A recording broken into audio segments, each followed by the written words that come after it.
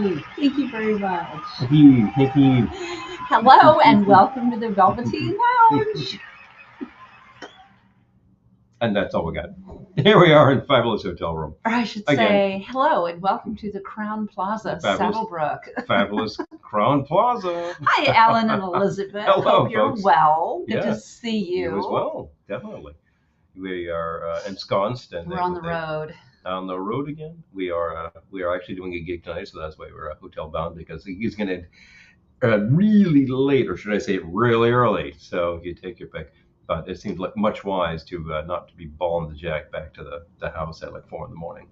So yes. So that's our story. I'm sticking to it.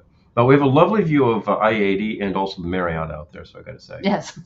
We can see all the hotels from here. On 5 Industrial Parkway, awesome.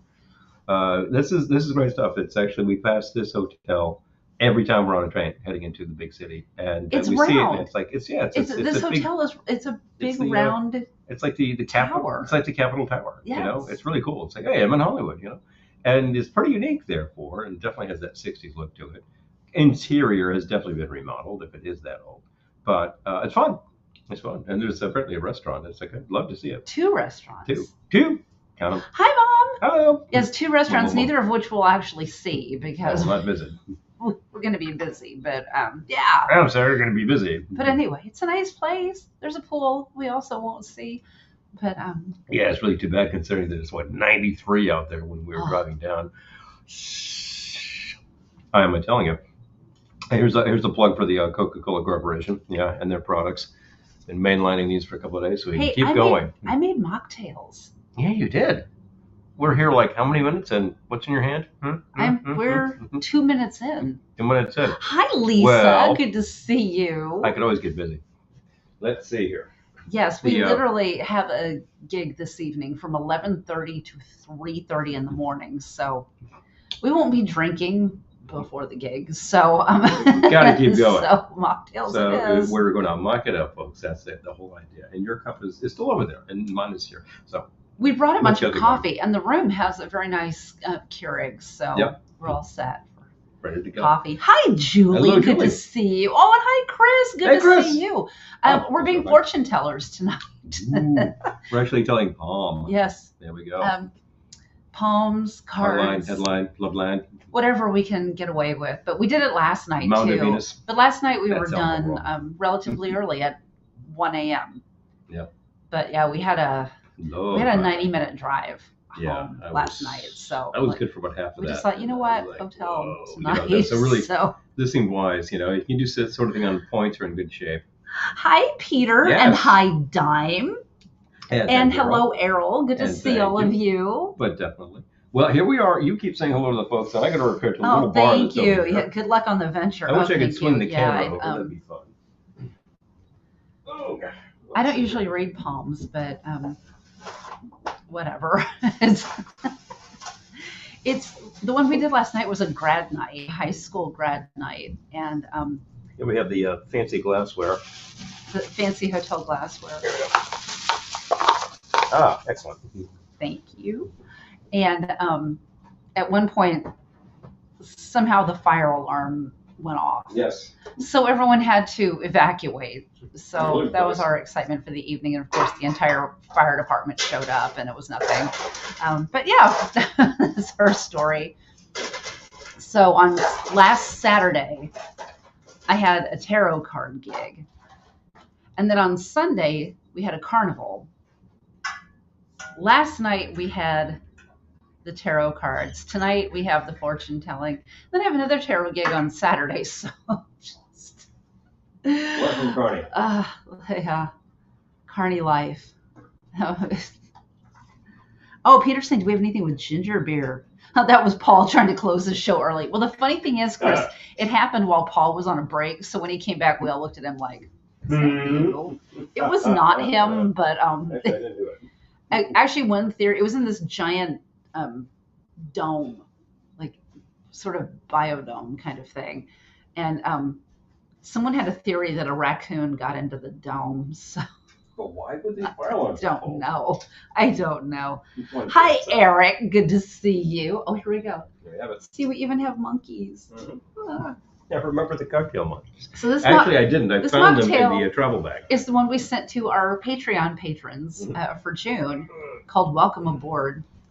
It has right here. dandelion root tea, tart cherry juice, orgeat, and orange bitters. Yeah. So cheers. It's a simple, good thing, and you try it, and you don't think, gee, I'm missing the booze. It's like, yeah, it's a tasty thing. The bitterness, it really does taste like it has booze in it. The bitterness of the tea really gives you this sort of, and with the sherry, you're getting this sort of Manhattan-esque impression off of this. In fact, this may be the alcohol-free Manhattan. Here's what I'm trying to say. Oh my gosh. Errol says, I was in Louisiana on a job. Guy pulls the fire alarm, then starts trying to knife people when they come out of their rooms. What? Yeah. Cops hauled him off. I would imagine so. See ya. See you later. Yeah. What? It really does taste like it has booze in it. It's so funny. I think it does have a sort of a Manhattan profile. Yeah.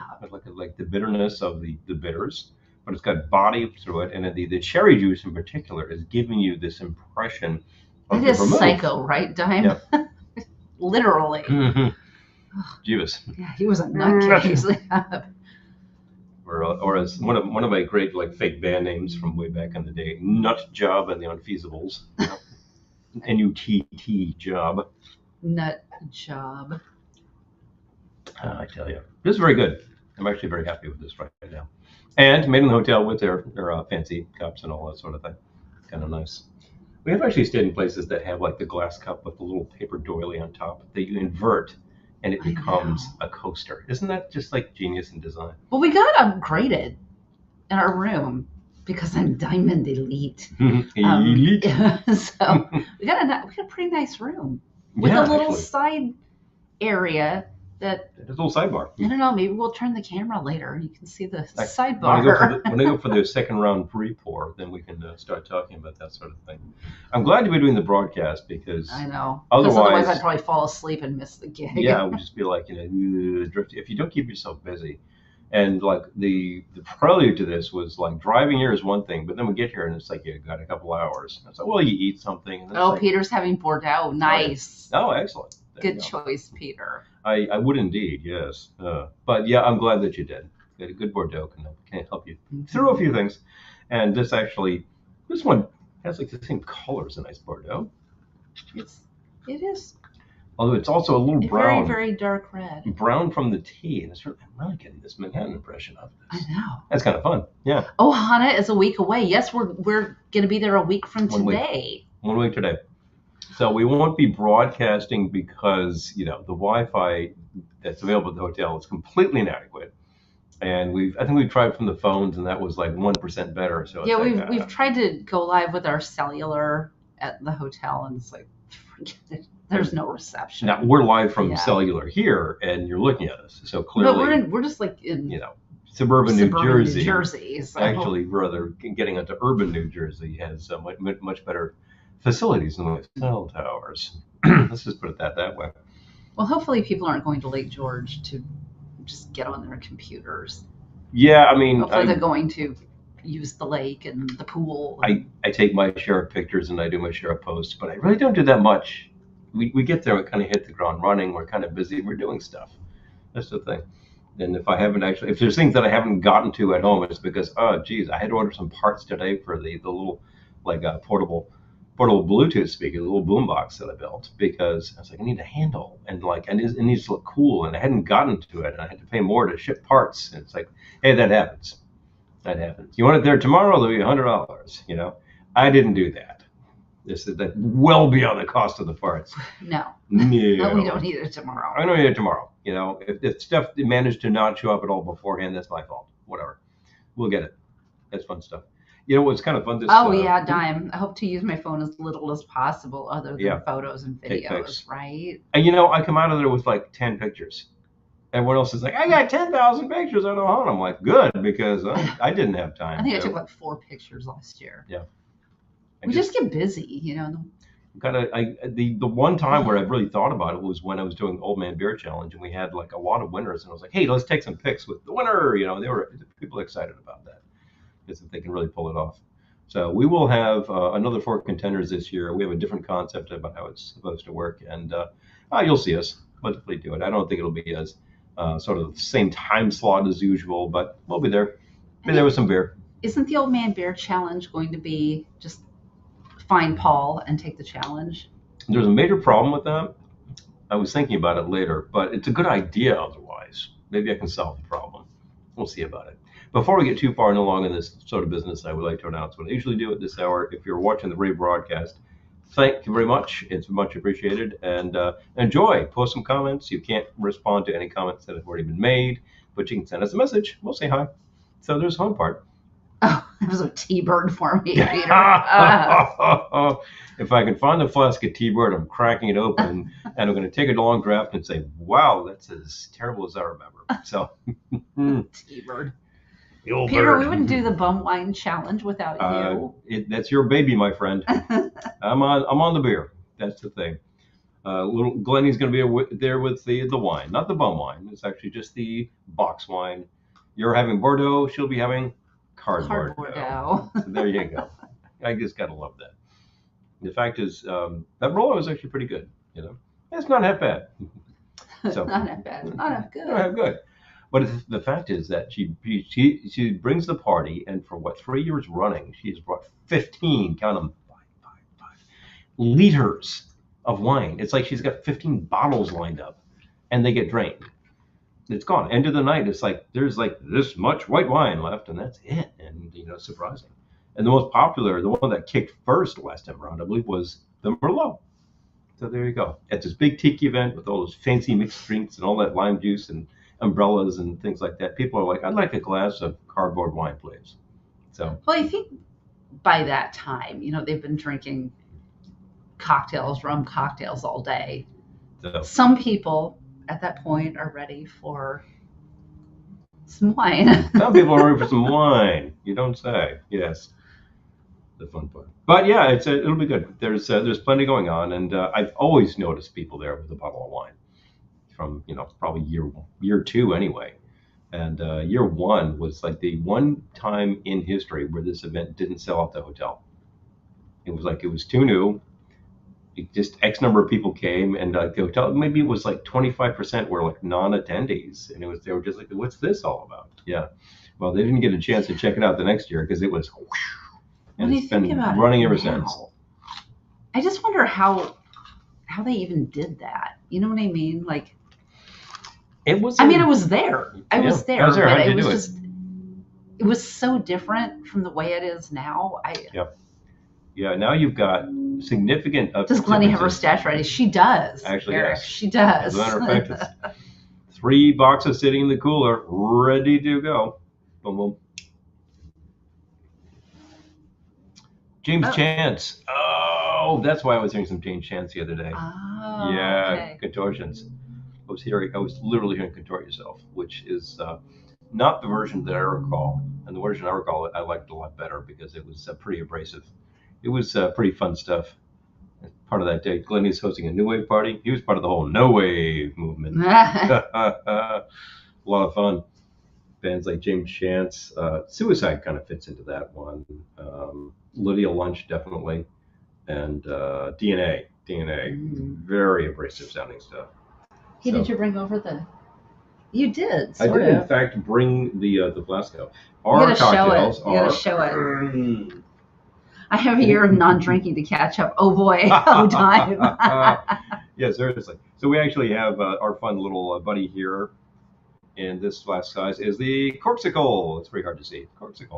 Corksicle makes a number of products, but this baby is great because it's an excellent size thermos that literally will hold a 750 of wine. Hello. So if you want to go to the beach with with your little bottle there and keep it nice and cool. It has a 750 of mocktails in it. Right now it's got a 750 of mocktails, but we've also had a 750 of cocktails. And if you're in a place where it's just like, no outside liquor, it's like, oh, okay, well, this is just my flask of something. I was thinking about that today. Mm-hmm. When I was checking into the hotel, not that we have time to use the pool, no, but I saw the pool rules were absolutely no outside food or beverages except for water. And I was like, well, I have a glass An of opaque water bottle. and suppose you have a glass that's filled with ice and a clear fluid. I don't know what it is. Oh, Marcy has those too. Yeah, we got it for Christmas. Yes. I never even heard of it. It's great. Yep. I love it. It's a very cool thing, and it's quite sturdy. It's an excellent vacuum flask. Unlike a lot of the classic vacuum flasks. Oh, Peter did see him. Oh, wow. Oh, excellent. Nice, Peter. I'd see these. Okay. Yeah, I never did actually see. It was like, dude, it was for a long time like James Chance and the Contortions or James White and the Blacks. This really tastes like it has Whites. booze in it. It really does. Pretty deceptive. But had a copy of that first Contortions album for a while. Dime, I think you're allowed to park there if you're going to Ohana. Yeah, sure. Yeah. Sure. Yeah, people do that. You have an event ticket. You're going to have a pass. Make sure you wear it around your neck at all times. So. Oh, Eric, forgot to eat. Well, go eat. Go eat. Get yourself some food. Get your substance on. You got to do that kind of thing. But, yeah. And, we did have a copy of the Contortions. I kind of miss it. It got to be more valuable than a few bucks, so I sold it. And now I'm like, I think I jumped the gun because I think it's worth twice that now. Oh, jeez. But, these things, whatever. You look at things that you don't play a hell of a lot. But now I'm just kind of thinking, yeah, oh well. Yeah. Sometimes you need money and you sell some things. And people have much worse stories. Like, oh, yeah, I had this great Les Paul and I had to sell it for $1,000. And I was like, yeah, it was only $1,000 you sold it for. Really? At this point in time, you kind of feel like it's on the way. Good. You'd rather have the guitar. So excellent. Good to hear that. But I'm not really into selling your material that you like. I mean, the things that you use regularly. The truth is, what am I into selling? Get rid of the junk in your basement, right? And of course, it's junk, so nobody wants it for any kind of money. Junk in our basement? Can we do that? Yeah, that's a good idea. Really? Of course we can. We already have a couple of times. I would love to get rid of some of the junk in our basement. The problem is that most of what's down there is the stuff from the main level that doesn't fit anymore, so it's just being stashed. And it's like, it's not junk, and I don't have any other place for it. Need more house. Okay. What? Sorry, I'm getting a message about tonight's gig from one of the artists. Try pulling it around back first before they park far away. I have no idea what that means. I guess we're going to have to go there, take a look at that. Was some word salad about tonight's parking gig. sitch and the way we have it. I mean, yesterday we were at this big sports facility, and it was all a bunch of graduating high school students. So they were all there with matching T-shirts and whatnot, ready to go and shoot some hoops and stuff. And they had this huge inflatable dome where they had soccer and football and the mechanical bull. There's something called the wrecking ball. Oh, Julie, thank you for asking. I love our new sofas so much. Those of you who have followed the saga of I was finding and on ordering Patreon, and things like that on Patreon. Our patrons actually were able to see this. And you finally locate the thing for the correct price. We actually get the thing in, and it's the wrong color. It's the wrong color. It literally, she says the box says white. I'm like, what? And the box had a gouge in it because it always does. It's a heavy thing. So I kind of pull it apart, put the flashlight in. I'm like, it's not gold at all. It's totally wrong. So we had to get an RA, paste that onto the thing, and then muscle it back down the stairs. And it was going to rain that day. Hey, Phil, good to see you. And Roberta, happy birthday. Enjoy Trader Vic's. Oh, wow. That's wonderful. No way. Talk about wish I was there. Have a Mai Tai for me. I'd buy you around if I were there. Birthday. Of course. They are the place that invented the one that you drink, and they serve it well. If you've ever seen them make them, it's like he lines up about 6 glasses, and it's just I am sniffly, boom, boom, boom, boom, boom, boom, boom, boom. 2 ounces of the rum mix that they've got there, the bitters and all that kind of stuff. They put the stuff in, put in the juices, put in the mix, and away you go. And it's just big scoop of ice for everybody. It's just right down the line. It's very cool. But I'm loving the sofa so much. In fact, I went over today. Paul was working on the sofa, and I just went and sat down. I was like, I haven't sat on my sofa in a couple of days. Hours anyway. Just because we've been out. But yeah, I love it. It was the only reason I was there was because I needed 2 screens today. So I've got a setup where I can do that, use the laptop screen, another screen, because I got to compare documents, and it's a real pain if you're trying to go back and forth on one. Shawnee, we're at a hotel. Hey. We're at the Crown Plaza. Who's this? In Saddlebrook, New Jersey. Who are these people? Yeah. Oh, yeah. You just tuned in? That's actually. In fact, I will. I'll take some more of that welcome aboard. Oh, you will? We're drinking a mocktail called Welcome Aboard.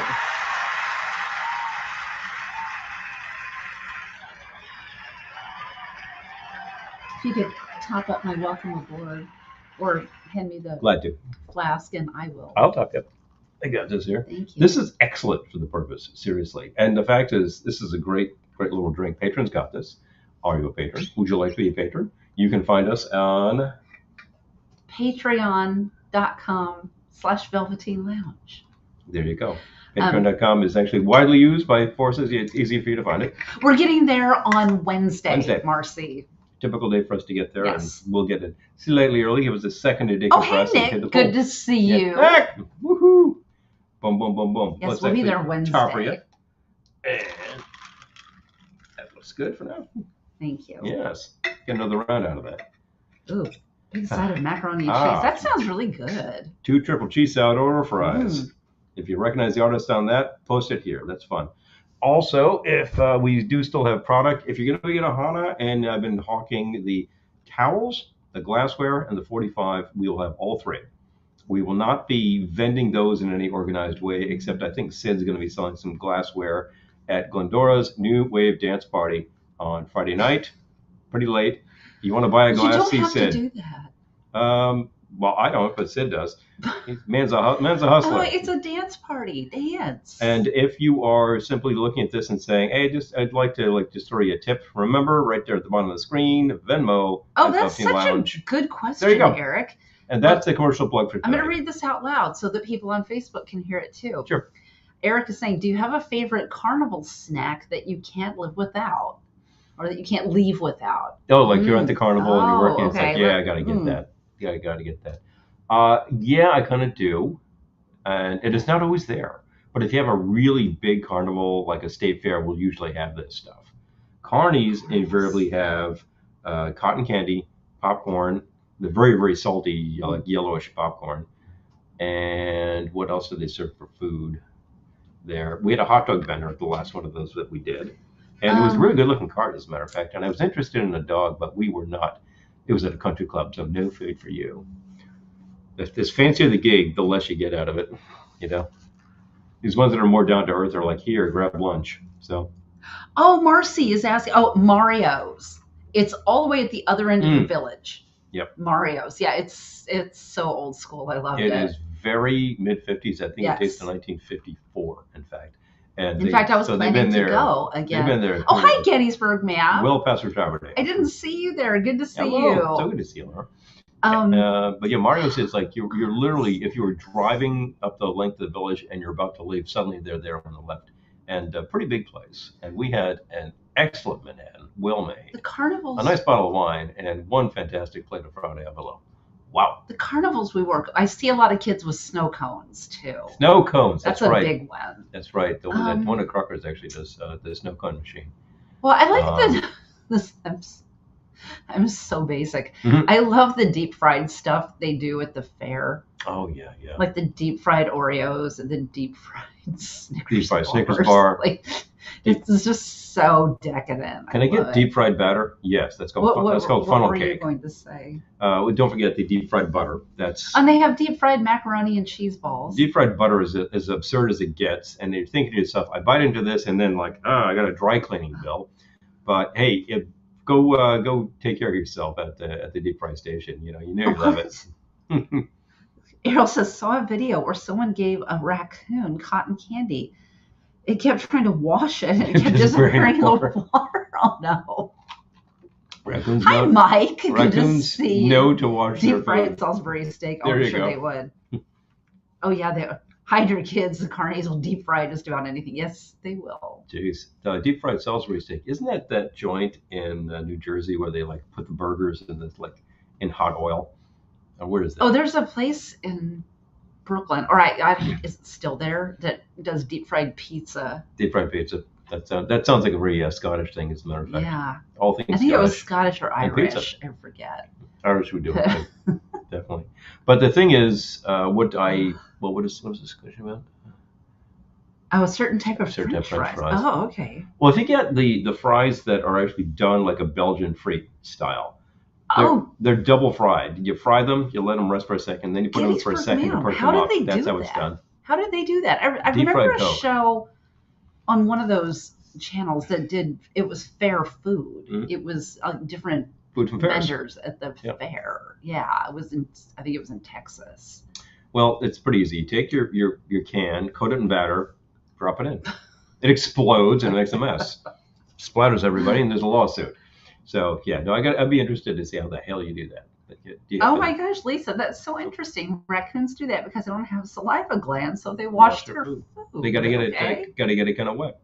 Hilarious. What were you going to say was your favorite? So the favorite of the fair food, you can't always find this, but if it's a larger fair, you usually can, is the kettle corn. Oh yeah, that's really good. And I know it's just like it's way too much. I still like deep fried sugar for what it's worth, but the fact is that sugary salty combo is like that's exactly right. It was weird Coke flavored batter, like a hush puppy type thing. Okay, all right. Deep fried Coca-Cola batter. Because we saw one of them that had deep fried butter. Yeah. So really, they just took like a pat of butter and then battered it, molded some batter around it, deep fried it. So it was like the inside was just like liquefied butter, which probably soaked into the hush puppy, and ultimately probably didn't taste much different than if you just had it out of it. When I was young and I was at this type of place in southern Rhode Island, there was a thing where you would actually take like not a funnel cake, not a batter, but a pizza dough, and you would deep fry that. Yeah, batter. They just put batter around anything. And you'd serve that with powdered sugar, much like funnel cake. But again, Nick. Again, it was fudge. It was fried dough, and that was locally known as doughboy.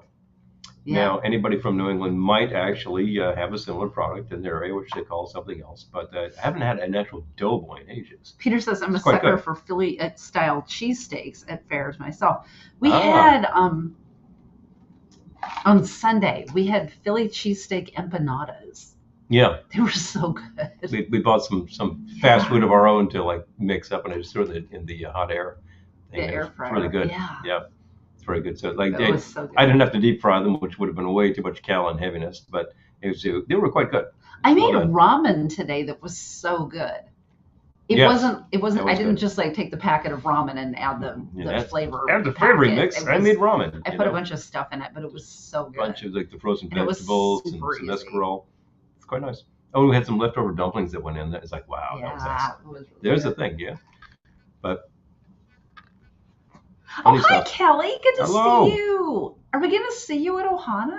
I believe we have found out previously that the answer is no, but I'll let Kelly comment. Oh, because who knows? Too bad. Who knows how these things go? Let's see. Oh, Nick actually has said fried dough at the powwow. Oh, okay. They just call it fried dough. Yeah, it's quite tasty, and it's like again, it's not that batter, and it's not like that big wavy consistency that you get by pouring the batter into the hot oil, but it's more like a small pizza, like a small focaccia being thrown in, and then they just throw some powdered sugar on. So, hi Dan, good to see you. Hey, hello. So another soda news. I sampled Mountain Dew and root berry jelly for the first time this past weekend. Oh wow, the root beer was delicious. Okay. Not as big a fan of the Mountain Dew jelly, but root beer. Well, root beer is a classic flavor. Interesting. And loaded with things, and frankly reminiscent of the Zamari. Fair, loaded with butter sculptures and deep fried bacon cheddar balls or some such thing. Oh boy. Oh yeah. Any miracle cleaning products. Deep fried, crispy, Chester cheetah. Oh yeah, the Chicago style hot dogs. Those are good. Interestingly enough, I had like 30 minutes recently before I had to pick her up at the train station, and I was not at home, and I was suddenly super hungry. We'll miss you, Kelly. Oh yeah, let's see. But it sounds like you're getting a nice trip. Hey, well that sounds great. Sounds fantastic. Well, see what you can do. Maybe next year we see you. That'd be great. So I it's a slot where I had to like come pick you up, and now I'm like really hungry. So I'm like, I'm going to try that hot dog place in town. I go there, cash only. I'm like, And I say, I'm going to try the other hot dog place in town. Do you take cards? Yes. Take a look at their menu. They had Chicago-style dogs. I'm like, I'll take one of those. That was very good. So it had all the stuff on top of it. I was pretty happy with that. And I just remember hi, Patrick. Good hello. to see you. Hey. Zing! I just remember you picking me up at the station, and the whole car just smelled like a Chicago hot dog and Coke, and I was so hungry. And I was like, this isn't fair. You said, why don't you give me one? I know. I didn't know you. I thought you had eaten. So some fun stuff. But yeah, that was actually very good. And it's good to explore these places. And it's right next to the bus station in town, which looks like a bomb hit it. It's just so dire. It's like looks like it's gonna be. It would make a great film set, I think, of like Nowheresville, because such a yummy smell. It was. Yeah. I was so hungry. And really cutting my teeth on these New York dogs, where it's like, yeah, you don't put anything on it except mustard and kraut. It's like, yeah, I like a dog like that. I really do. That's the way I make them.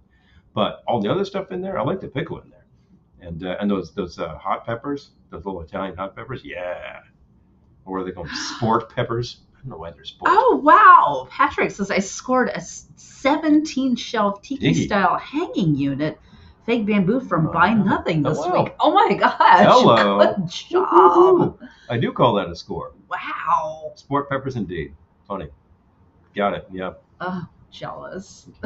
Little jelly over here. Speaking of jelly.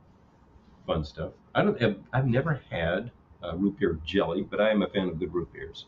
And as a matter of fact, just yesterday I had a birch beer, which is the house brand from our supermarket with cane sugar. It's very good.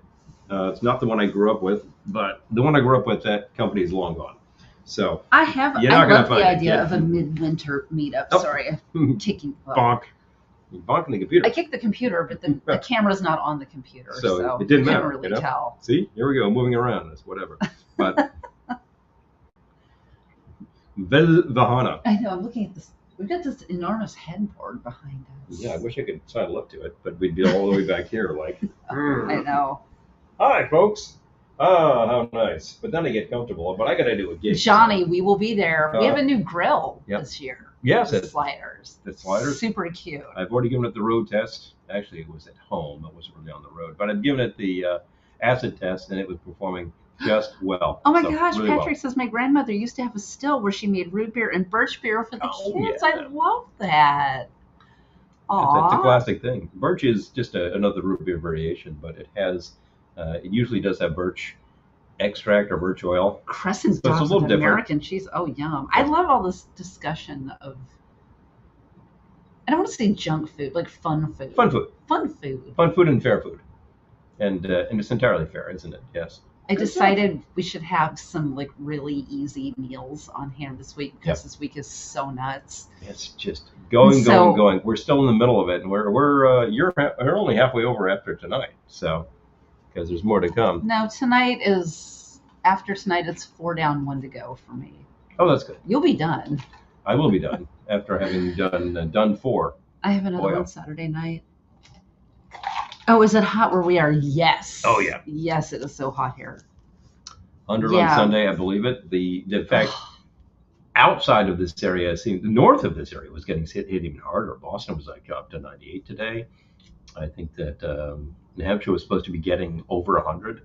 So I'm not too surprised. And hope all your ACs are in the windows. We managed to get like a little heat wave in March or April, where I said we got to put these in. Oh, I love that. Elaine says so they're there. Dan made root beer when our daughters were born and handed out bottles of root beer instead of cigars. I love that. That's awesome. Aww. I don't think we've made root beer per se. I had some extract at one point. I remember trying it, and the flavor had gone off. So don't save this stuff. Use your extracts. It's really not that hard to put that together. And you can always just put some in some seltzer with some sugar, and away you go.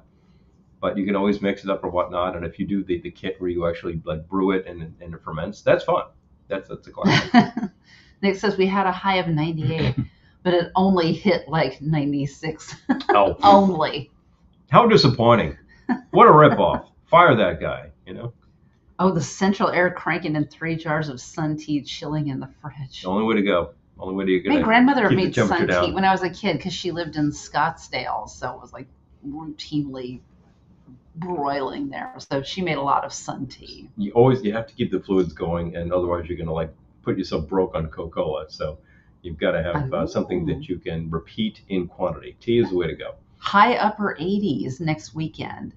Is that Ohana weekend or the weekend before, Nick? That would be nice for Ohana. Like not. That'd be good.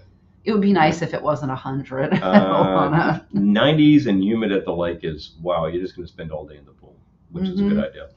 And 80s, you're going to spend half the day in the pool anyway. So I'm good with Ohana that. weekend. Okay. Ohana weekend. Yeah, we're good with that. I have to check. I'm not bothering to check the long range forecast. Nothing makes any difference until it's Wednesday on the ground and you're seeing what's going to happen for 3 days. A little sprinkle on Friday. Well, I think it really wouldn't be Ohana Wouldn't if be there Ohana. wasn't a little sprinkle on Friday. At least. You got to get. You're on top of a lake. What do you expect? How do you feel about sarsaparilla? I think he likes it. Yeah, I'd go for sarsaparilla. Have I ever had it? I don't know if you have. I don't know if I've ever had it. It's one of those things that is so 19th century that it's pretty hard to find these days. But for a long time, there was one brand on the market, which is still on the market, and I think it was Sioux City sarsaparilla. Oh, Sunday says like 95. Okay, well, we're staying on Sunday, and if it's 95, I'll just be in the pool. Yep, I'll just be there. On Sunday, I will be, after I have done all these things, and then the event is essentially and officially over, the Sunday sailor crowd will be by the pool. Or down in the parking lot. You know, given the temperatures and all that, you know where I'm going to be. I'm going to be on a floaty Gettysburg for News hours. says, my great-grandmother lived on a farm in Windsor, New York, and she had fresh mountain spring on her farm. Would fill up her jugs with that water and brew it with her tea. Oh, wow. That sounds marvelous. That's a great idea. Moxie, he loves Moxie. I like Moxie. He does. It's the thing about Moxie is that it's simultaneously fantastically bitter and fantastically sweet, which really puts it in a sort of like a Amaro category for soda. Think about I'll get my own. I'll get my own. You think about something like Campari, which is extraordinarily bitter because of all the quinine, and the fact that it's simultaneously quite sweet because it is styled that way, right? And I remember the first time I tried it, I was like, wow, how could you possibly even do that? But now we're big fans, and I really enjoy a Negroni, and I particularly when we do these events and it's like several days worth of like, oh, we went out to the restaurant, we had the steak, and we went out to this place that had the mac and cheese, and we had you got to have that burger, and after a while it's like, hey, my digestive system can't take it. But you get yourself like a Negroni style cocktail, and it really punches through. It's a very specific kind of bitterness. But I'm trying this guy right here with a very specific kind of bitterness. Do you need a refill? Dandelion root. I do, as long as you're up. You know what? Drain. Yeah. The dandelion root tea has a very specific bitterness, which is very reminiscent of the Amari to me, in my mind right now. Is also reminiscent with the cherry juice of Manhattan. So I'm thinking that's maybe it. We may have cracked the code on the alcohol-free Manhattan, because we've already done that with the alcohol-free martini, aka the Ghilardini, and that's actually a classic I'll make anytime as long as I can get the soda. So, Elaine's noting, local soda place makes a flavor called gasosa. Yeah, that sounds like a lot of fun. Probably designed to reduce your gasosa. What was the actual flavor of that? That's interesting. Oh, the tuck and roll behind me. Thank you. Very good. Yeah, this is. I would like to be leaning up against that, but if I do, I won't do the gig tonight, and that's why we're here. Let's see. Oh yeah, seriously. Patrick Moxie reminds him of Iron Brew. I think that a couple of folks here can actually speak to that. I've tried an Iron Brew. It is very bitter and very sweet. Let's see if I can. Supposed to be good for you because of the iron content, but I don't think that's actually true. I tried it. Not gonna happen. Trying to get cozy. Yeah. Trying to actually make sure the sacro doesn't get all bent out of shape here. Manja indeed. And we've all this talk about like making things with spring water. Well, the magic ingredient there is in fact not the particular place it comes from, but what it's running over, probably the mineral content. A certain amount of lime will definitely help your leavening and all that. So that's something to bear in mind. If you actually have like the water from that place in Parma, it makes the best pizza crust. Check the local water what's in it. And if you can duplicate that, I think you're well on your way. And he said, kind of like birch beer. Okay. I'd be interested. I will try all of these things. All of the root beer family is kind of fun. Whether you're talking a Moxie type thing, which has a big bitter hit from gentian root. Same stuff they just put into bitters. So interesting. There we go again with that. And is also featured like very heavily in a lot of Amari. And the root beers themselves, which have like 57 herbs and spices, secret formula. These all became popular in the 19th century when there was the big temperance movement, which we're actually respecting tonight. The phony Negroni. We haven't tried it. There's a store by us that sells them, though. Yes. Yeah. We really should patronize them. Have you tried them? Are they good? It sounds like fun. Yeah, maybe we should pick some up. I tried some alcohol-free rum recently, and with a number of people, and we basically all agreed. We basically agreed that the reason that it wasn't that great, what it was missing, was rum. So that was a real problem. Anyway. Nick says there was a guy that tried to make Chicago pizza in Florida, and it wasn't right. He pays to have Chicago City water shipped to him for the dough. I try to make the pizza. It just ain't right. Oh my God. What have I got to do? Hilarious. Well, at least he's not trying to make Flint-style pizza, because I wouldn't ship that water. That would be a real problem. That's so funny. Interesting. Yeah, we haven't actually tried those, but we've seen them. I think I have a picture of those because it looked like a lot of fun. And I would be glad to. I would try all of these things. I even tried the alcohol-free rum, and it's something lacking. Alcohol-free rum sounds like the biggest oxymoron in the world of spirits. Well, if you ferment and then distill the sugar water, what do you have left when you take the alcohol out? I don't know, dregs? Not much. The funny thing is that the aroma was just spot on. It was like, oh, I've got this aged rum nose on this. And I got to think that they threw some oak in there or something to fake that. Because then you taste it and you're like, it's kind of thin, it's kind of weak. I didn't taste it. I wasn't there. Something like that. Something like it. Well, this is the rum, right? This is the rum. rum. Alcohol-free rum. Yeah, the rum will not be making its appearance at Ohana, because that was my buddy Joe, who will be there.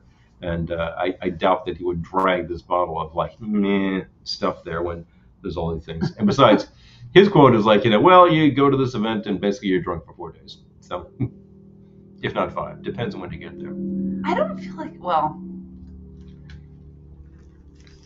like I'm drunk the whole time at Ohana. No, I would not be. I definitely feel like I have somewhat of a buzz on for part of Ohana anyway. Sort of a controlled warmth, a regulated buzz. That sounds like a good idea. Oh, okay. Elaine says it's good, but it's kind of expensive. Okay, gotcha. Truth be told, yeah, I think it Gotcha. was I think he said 32 or 33 a bottle. For something that is an alcohol-free product, it's like it should be better than that. The ritual alcohol-free rum is a crime in a Mai Tai, but works beautifully in a painkiller. Okay, interesting. You should tell Joe that.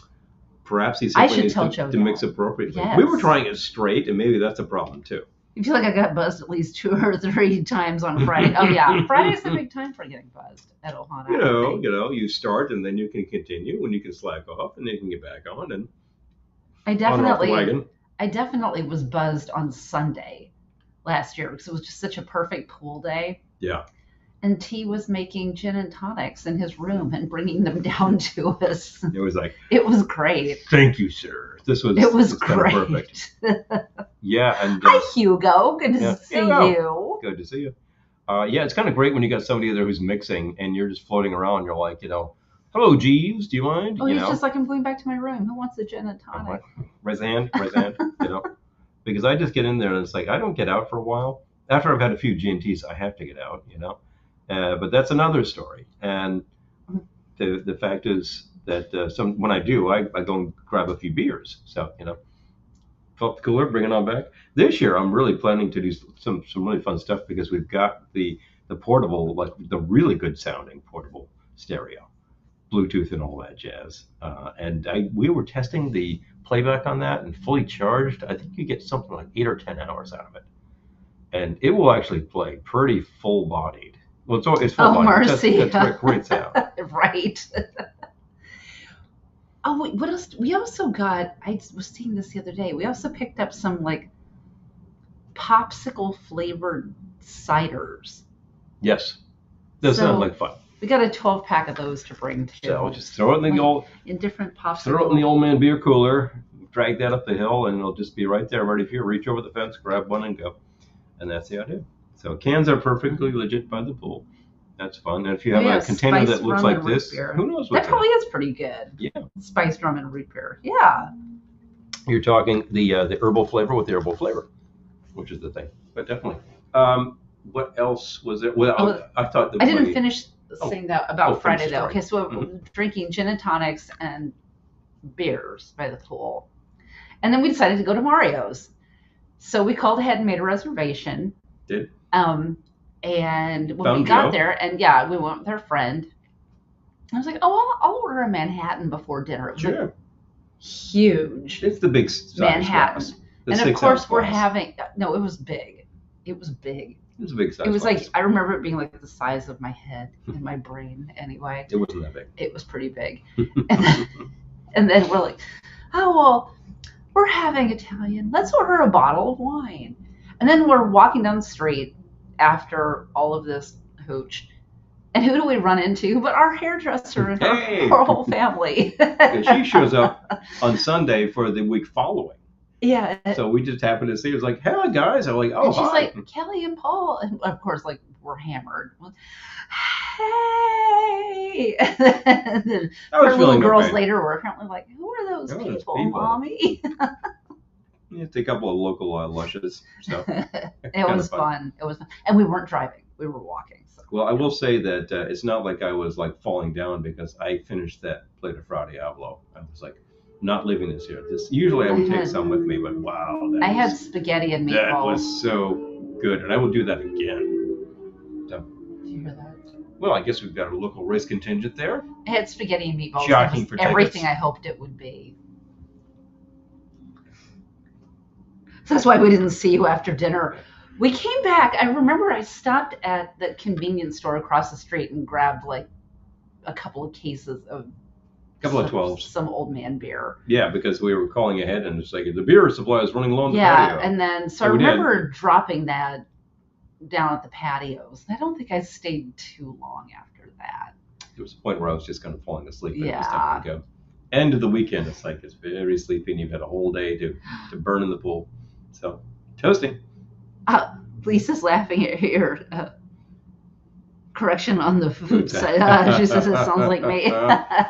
Well, I think it was just like in my brain, this thing came to the table and I was like, that is a huge Manhattan. You know what? A cocktail glass. Because I'm used to getting just like a normal size. You're used Manhattan to, we have like a 5-ounce glass, and that's the perfect size. Dan can tell you that. Probably Blaine can tell you that. At least an 8-ounce glass. I think it's like the standard, like big glass is about a 9, actually. Yeah. And if you get that sucker filled up with martini, it's like, that's about 3 martinis. So this is the problem with martinis these days. Well, I only had 2.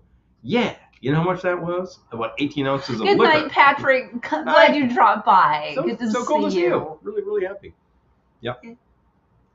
Fra Diavolo, we had, what did we have? I think we just had like a dry red. There was a dry red they had on there. Yeah. It was, I tend to go with something that's like Argentine. It was probably a Malbec that they had there because it tends to be.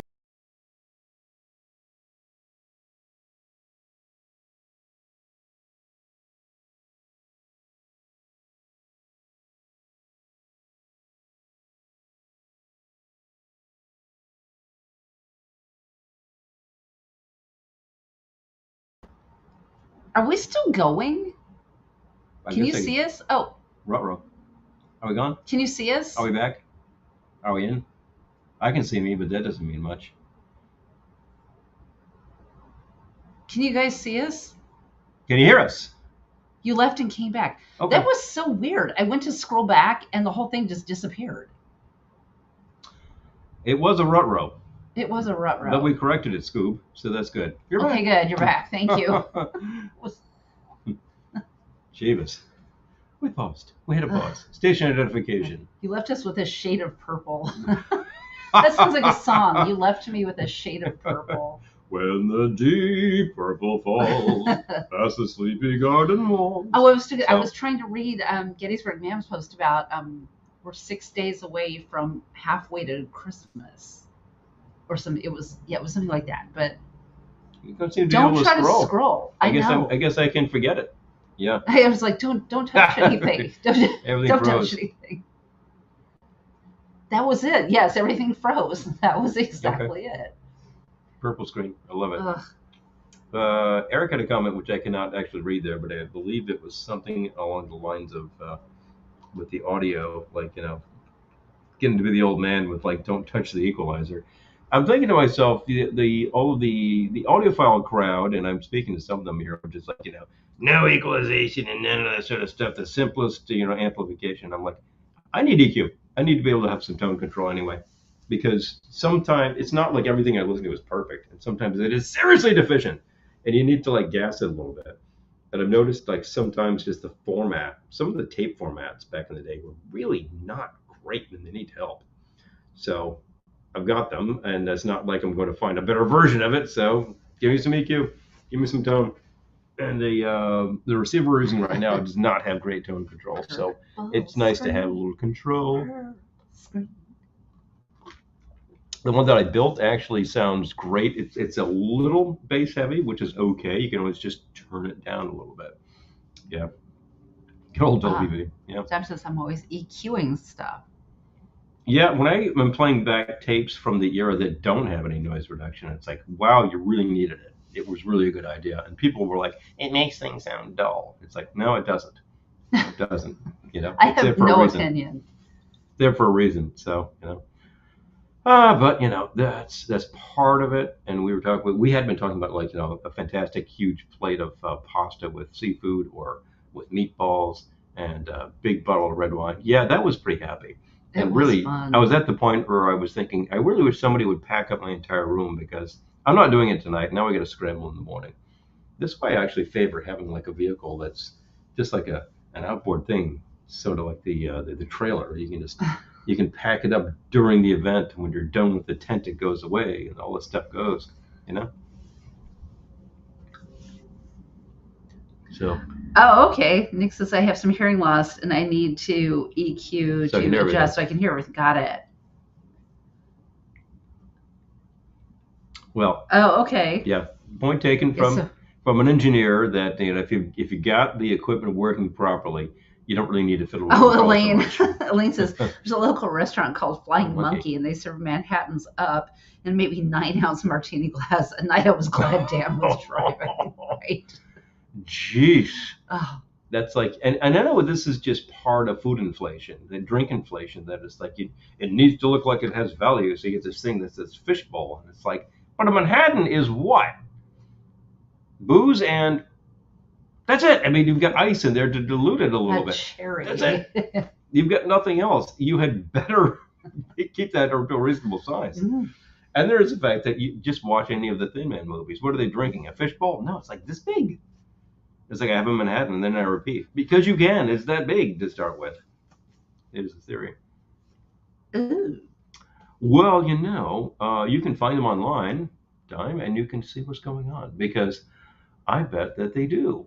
I didn't actually check into that. It's a long walk from the Tiki, but I never want to drive in the village. No. There's always so much traffic. I mean, maybe not on Sunday night, but there's always a lot of traffic. There's traffic and there's pedestrian traffic and there's just a lot of activity. It's a long walk, but I walk after a long day of like baking in the pool, you might as well just walk. Get your steps in. Good idea.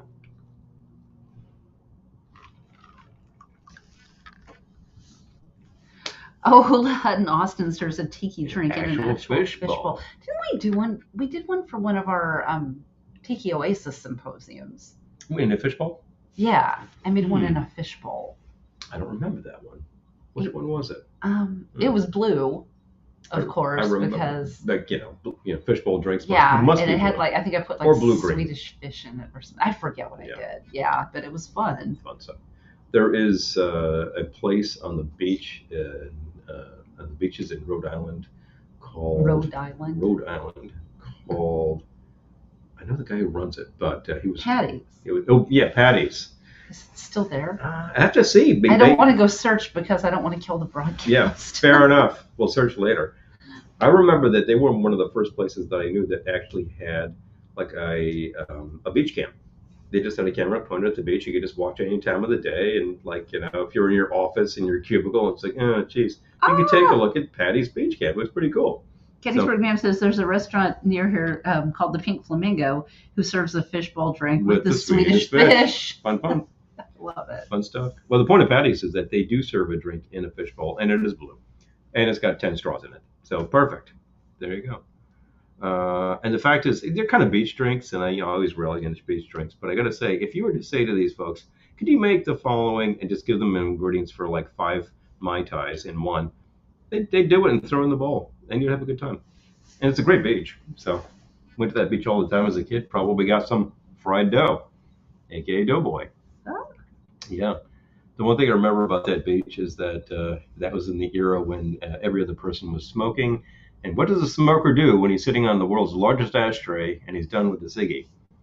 So you would find just thousands of cigarette butts, filters. You'd find the filters. Nick, okay, so Nick says, I had a drink in one of those little fish bowls from the fair where you get the ping pong ball in it to win. It was decorated with painted fish on the outside and a couple Swedish fish. It's so funny. I worked that game a couple of weeks ago at a carnival. And I remember more than one person coming up to me and saying, like, I didn't want her to come over and play because I thought it had actual fish. Like, I thought you would win an actual fish. Yeah. You did not win an actual fish. No fish in these. And it was actually, that particular version of the game was hard to win. It's pretty hard to win that one. Because really tough. The openings are small and the fish bowls are shallow. So a lot of people's balls just kind of bounce out. Bounce in and bounce out. Yeah. But you also had a bunch of people coming over who was like, hi, Daniel. Good to see you. Didn't you have people coming over who were just like, oh, I always win at beer pong. And they're like, ping, ping, ping, lose, lose, lose. Yeah. Yeah. We had fun with that. I always try the games because, hey, what are we here for? And I find that I'm pretty good at it now. But that one is really rough. I may have hit it 3 times ever. When you work a game, you play it a lot because when you're waiting for people. So I sort of have found the secret. You have to underhand it and not throw it too hard. It's the same with the night, Peter. Hi, Peter. Good to see you, my friend. It's the same thing with the whack and gets, and I found I can hit them much better with an underhand. Yep. That sort of backhand throw will definitely do it. It's a side hand throw, and that will definitely work with tin cans too. Tin can knockers. You get these kids who are just these, baseball champs who are like, bang, and all they're doing is like damaging the backboard, and they're missing like mad. And it's like, do a side hand. You probably get it every time. Yeah. Win some great prizes. There's like little keychains that are baseballs and basketballs, stuff like that. Little like gliders, gummy characters. Oh, put together a foam glider and send it off. Saberjet, woohoo! Big fun. So, what else about that, though? That's probably it about that. Oh, there's also the bottle toss. The bottle toss is like just a bunch of beer bottles. And, these rings of various sizes. Hi, Satellite. Good to see you. And the really small, hey, how you doing? The really small rings are very hard to get. The larger rings are actually pretty easy. So, different levels. Sunday's Carnival, I was the spin art lady. Oh, yeah. So, I put the little page in and then squirt the paint on for them. Yes. And, you always have the kids who want to do their own paint, and it never goes well. Yeah. No, they shouldn't be putting their hands in the thing because you got this metal spinning thing. Like, no. You should put your hand in if you want to lose it. Liability, not a good idea. So, I was working the badges, making. It's not like Ohana drinking games. Yes, they do. They do. Yeah, and I think they should be, as a matter of fact. I think there should be like the thing, the ping pong ball is well known to people, but the one with the ring toss on the bottles. So Lisa, this year we're doing Glendora's New Wave Dance Party. She insisted. The whole collection is programmed for her from a variety of sources, including her original cassettes, and it's a real zing.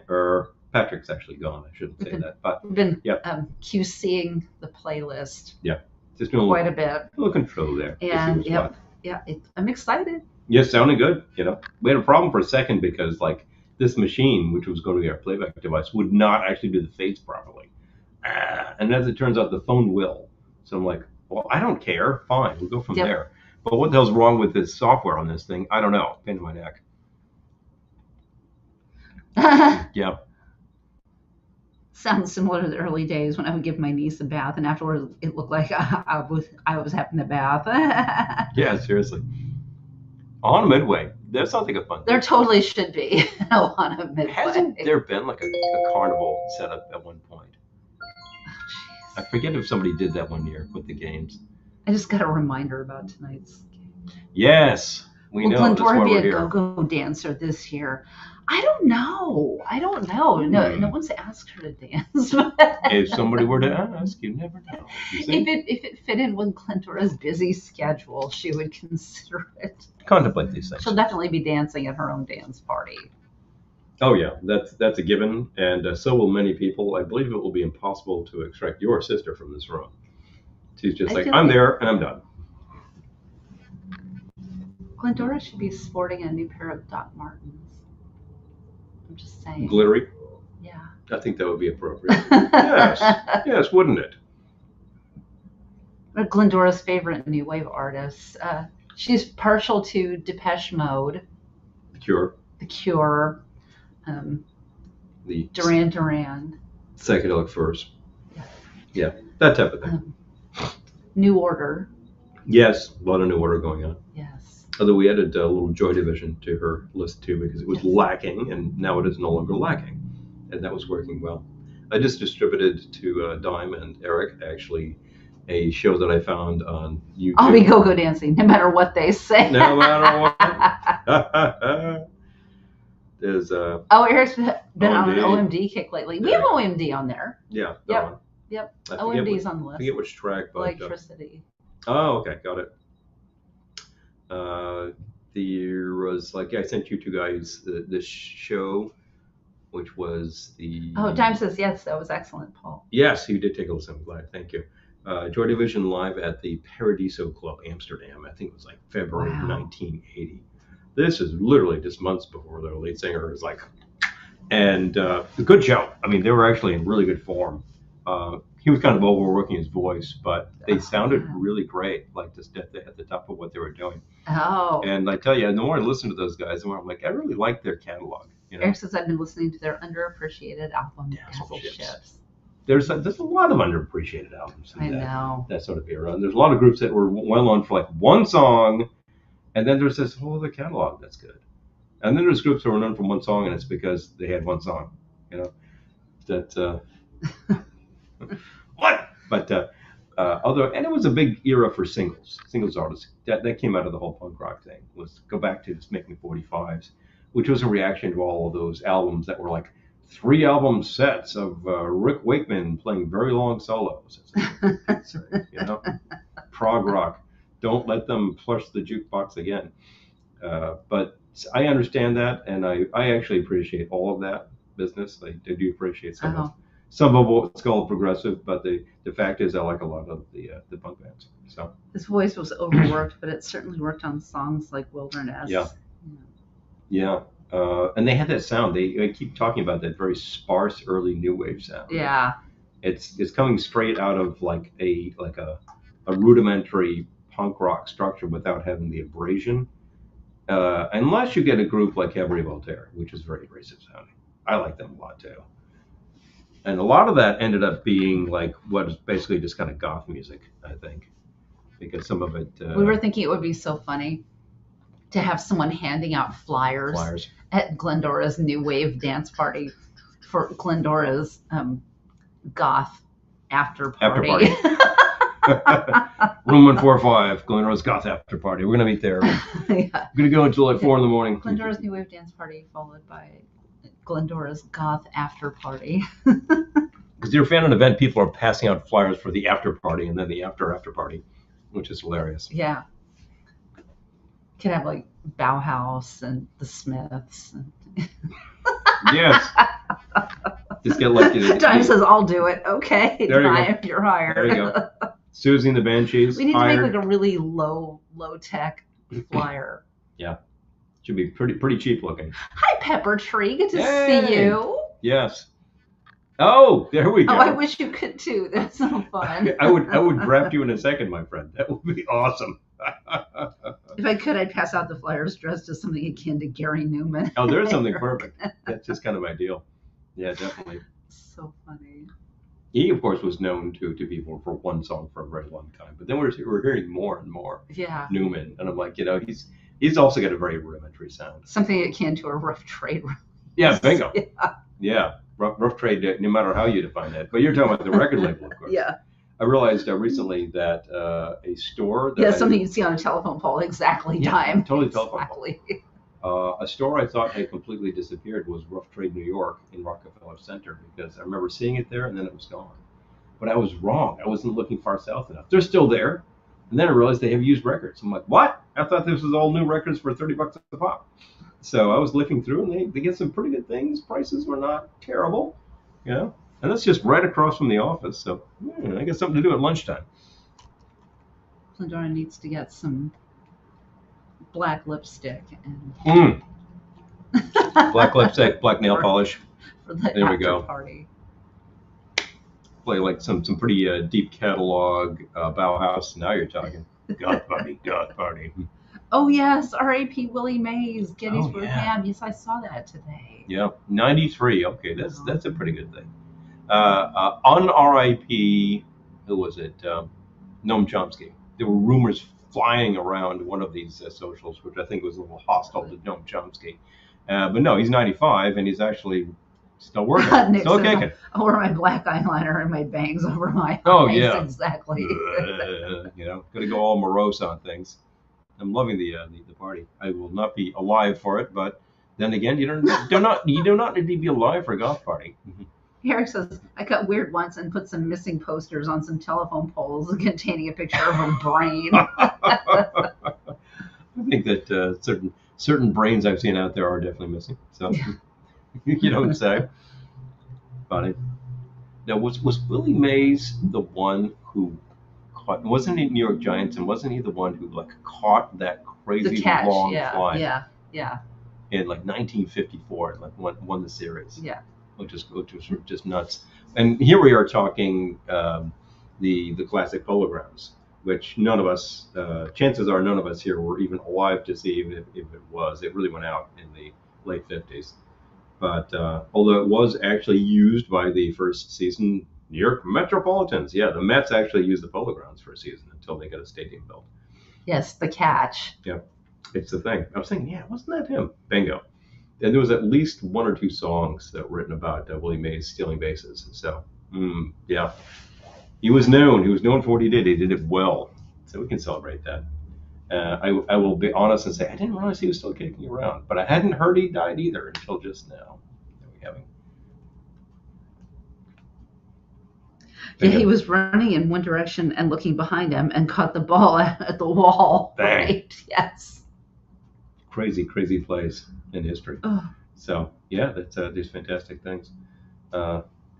It's you can read up on the fortunes of the New York Giants in that period, and then it's no big surprise why they moved the team. Their stadium was actually really in bad shape by that point. It was a great stadium in 1911. It wasn't so great in 1951. Yeah. So these things change. It also had a crazy shape, as far as these things go. I don't know too much about baseball. I've played it. I've seen games by all of the major New York teams in both stadiums. All both of stadiums. Them. All two of them. All two of them, yes. Well, there have been 4 stadiums that in our town. No, I mean the teams. The teams? There are all 2 of them, yes. All 2 of them. Yeah. Well, actually, there's the Brooklyn Cyclones. I mean, they're not major when league. When you talk to minor league teams, the Cyclones Yes. apparently put on a great game. So there you go. And besides, you can sell it up to Nathan's and get yourself a good dog. They can't all be Wrigley Field. Just let's be serious. I don't think I've been to any of the new stadiums. No, because I remember you were at a game with me at Shea, which frankly will not be missed. I've been to a Mets game at Shea and Old Yankee. Old Yankee Stadium, which was the last revision of Yankee. And, yeah. Old Yankee was okay, but the new one is actually a really nice stadium. And but I think Citi Field, that's a nice stadium. That's well done. So it's a good thing. Ooh, Cubs! Oh, time! Oh boy! Oh man! Wrigley is amazing. There's a whole running theory that the reason that the Cubs are cursed for so many years was their stadium, because it's very windy and the way it's built is just wreaks havoc on their game. And I think your home stadium is screwing you over. That's a crazy thought. But of course, it breeds the unique brand of fan known as the Cubs fan. It's just like, and I think that even the Boston folks can sympathize for the many years of the Sox, but the Sox were a very winning team. That is the red. The White Sox were a winning team.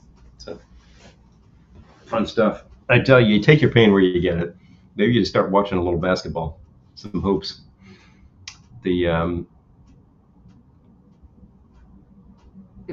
Sorry, I'm just trying to understand this message. I wouldn't try to understand that right now. Tonight's It's not going to make any sense, and it has no bearing on what we're doing. But wait, it's bugging me. Ballpark hot dogs. I have had them taste better, and I've had them be absolutely god awful. The worst food I ever had was actually at Shea Stadium. That was the thing I remember the most about that was the fries. Yeah, the dog itself was like overcooked and desiccated, and it was a decent dog to begin with, but not by the point we got it. The bun was like just stale, and the fries were basically take that big sack of frozen fries, throw them still frozen under a heat lamp, and let them sit for about 30 minutes. They were kind of like barely defrosted. Truly terrible. We didn't pay to go to this game, so nothing lost whatever, there. But it was so funny. Everything lost was on the money we wasted spending but it on food there. But now apparently Citi Field is much nicer. Citi Field is, because I've been. And that was actually on a corporate junket. So we actually had like the exec dining room, and there was really good food, and it was good perspective. We were actually cursed. The Papa's family. Why wouldn't we let? Oh my gosh. The curse of the billy goat. Oh my gosh. You're literally cursed by this thing. Of course, a curse is a curse if you believe it. So. Wiggly Field. The food at Ball Fields has practically gone gourmet. It has turned around, because that's the thing. If I can list the worst food I've ever had, the food I've had at City and Yankee is much better. Although the last hot dog I got at Yankee, it was a Nathan's, and it was bizarre. It was very strange because it was a very long and narrow dog, and it had this extremely tight-fitting bun. It was just like a shark skin soup bun. And it was all wrapped up in paper, and it was this very narrow cylinder. I'm like, where's the bun? But you cracked it open, and it was like, oh, I guess there's the bun. It was a very, very strange thing. The worst food I've ever had can be summed up in 2 words. Hot Pocket. Oh, yes, please. Speaking of things you might get at a ballpark. That was... yeah, that was... that was at the Secaucus Junction train station. After a long and arduous trip and a pain in the neck on New Jersey Transit, we're waiting for our train. We missed our connection. We missed our train. We were coming back from, I think, Tiki Oasis. Yes, first time we did it. Yeah, and so we had taken the train to the airport. Big mistake. But we came back, and I think it was a weekend. I think it was Sunday. And we had missed our connection. And the only thing open at the train station, there's nothing around there. Yeah. So the only thing open was the convenience store with a microwave. So we got a Hot Pocket. I'm like, wow, that thing was bad. I have described this actual meal. It was bad. As by saying that, the asbestos shingles on my house taste better. This was truly terrible. I'm sure it was just like defrosted and refrozen a few times, so it was like when the freezer broke. It really tasted like extremely stale, flavorless.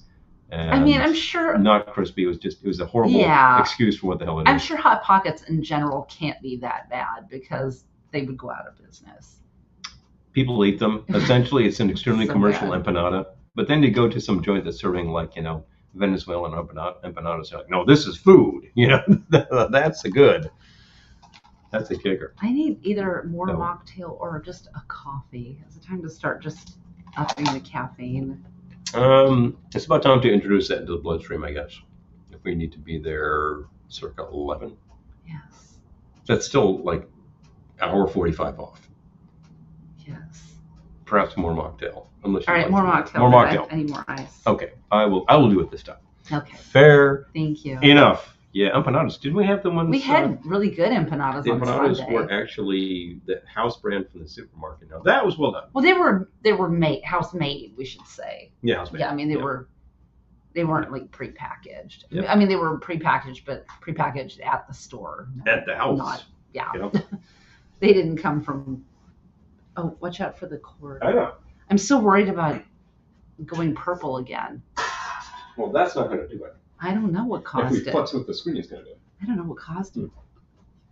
Oh, if I could, I'd share my iced coffee with you, Kelly. Oh, that's sweet. Thank you. They actually gave us a fairly good selection of K-Cups in this room. They did, in fact. All right.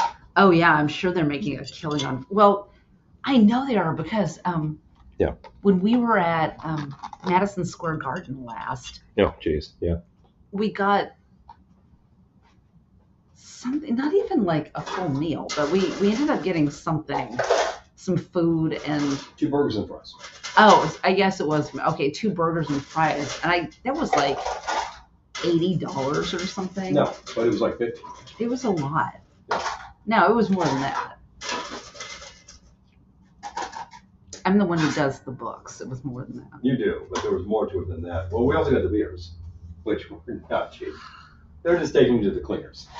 Oh, yeah, the food from small grocery stores. There's a small grocery store by us that makes their own, like, it's an Indian market, and they make food. You go in there and the whole thing smells so good. Yeah.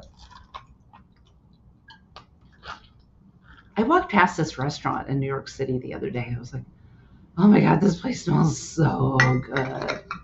It just smelled like garlic and herbs. Thank you. Did we kill the mocktails? Is this Killed. It? This is it. All right, we got to move on to coffee. This is it, babies. Thank you. There you have it. Gonna be a long night. Yeah. Keep your sustenance up too. Hey, we found these back on the market. Goldfish Old Bay. Yes. These are the killer. I think Flip, who may still be here, introduced these to us. And I believe you brought some to Ohana. Hello. Good stuff. Oh, I miss authentic tamales. Oh. Good tamales are great. Yeah. Oh, he has a good story involving tamales. Yeah, I do. I'll finish chewing here. Yeah.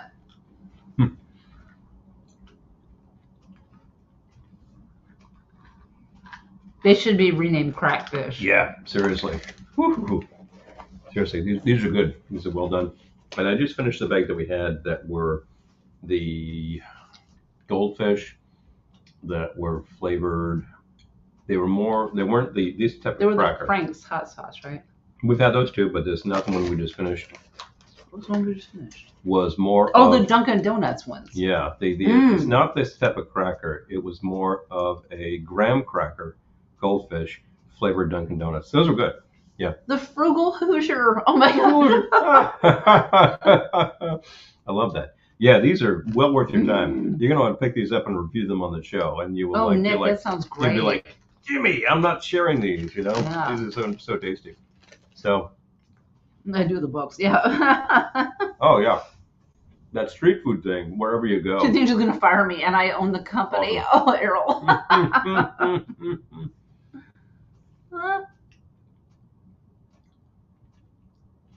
So the funny thing, the story that I have about the tamales was, it was winter to the tune of probably February, and I'm actually walking to the office, which at the time was downtown Manhattan. Very narrow streets down there. I'm crossing the street, and it's all like snowy, and it's like old snow and really crummy and icy, and a lot of grit in it. And I look down, and there's a phone. Ooh, Gettysburg Ma'am, you should do it. Oh, Make bread and shrimp with these. you've just defined your next meal, your next experiment. I want to see the results. Post them here. Sounds good. So I look down. There's somebody's cell phone. Pretty good looking cell phone too. Not a burner. So I was like, oh geez. And I picked the thing up. I'm like, just nobody around. So I take it to work. I'm like, somebody will call. Somebody called speaking Spanish. And I was like, and I just kind of kept it running. Guy got a bunch of calls. Finally, somebody called speaking English, and it's his daughter. You have my father's phone. Yes, I do. I am here. Could you meet me? So she came. She picked up the phone. And then like half an hour later, I got a call back from her. Hi, my father wants to give you something. I was like, oh, that's not necessary, but sure, yeah. And she came back, and her father ran a tamale cart. and she had like wrapped up 4 tamales. I was like, thank you so much. It was awesome. They were so good. I take them home and we're like, wow. And then I'm like, I didn't get where the tamale card is. I know. That was stupid. I know. I would have been like, where does I will patronize you next, you know. That would be good advertising. There's not much better advertising than your food is awesome, you know. Hold on. Please to do. All the bars and oh yes. Yeah. That's the thing. What like 1:30 to 2. That's the point where people have been drinking to the point where they're like, I don't know, my appetite is kicked up, and this bar is selling nothing but potato chips. Tamales is a much better idea. I would definitely do that. Reminds me of, I think Peter's gone here, was talking recently about Auto Shrunken Head in the Village, New York, is real classic. What do I call it? New York scum rock tiki bar is what it is. Yeah, it is a very punk rock place that will serve drinks in mugs, and they have excellent beer on tap, but they do not serve food outside of potato chips. But you can bring food in, and there's all these great carts out there. So just go to the guy who's doing a la carte and come back in with the big plate with the rice and stuff. They have more stuff now. Yeah, I think they had to get some more stuff on the menu during lockdown. Oh, but yeah. Is there an NYC street food vendor that you love or find yourself always visiting, and what do they sell that you like? I do not visit them too much because I bring my lunch all the time. We make a lot of food at dinner. I just bring it the next day. As long as it's portable, I'm in good shape. Yeah, However, I have actually visited, if I'm going to go to any of them, there used to be a guy down in the Wall Street area, and it was a deal's halal cart. I was going to say there's you that big plate of rice. Looks like the yellow rice with you got to get the white sauce and the red sauce, and you could get it with falafel or the fried fish. I always thought the fried fish was awesome. I was going to say there was a cart near Otto's too. Yes. That had same thing, the rice and the falafel. That was so good. I mean, it's basically we'll put you like shawarma over the rice, and then like the white sauce, the red sauce. The red sauce is hot, and it's really good. And it used to be like a $5 meal. It was a great, like there was no way you could finish this plate of food for $5. Now it's probably more like a $9 plate, but still, considering what you could pay for a meal at a hell of a lot of places, even a fast meal, it's about your best bet.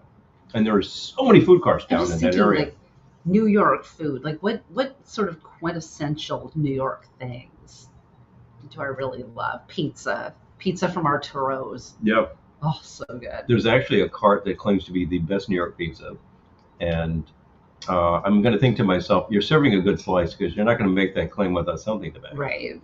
And but in the Wall Street area, had a ton of great looking food carts. It was like the Greek cart.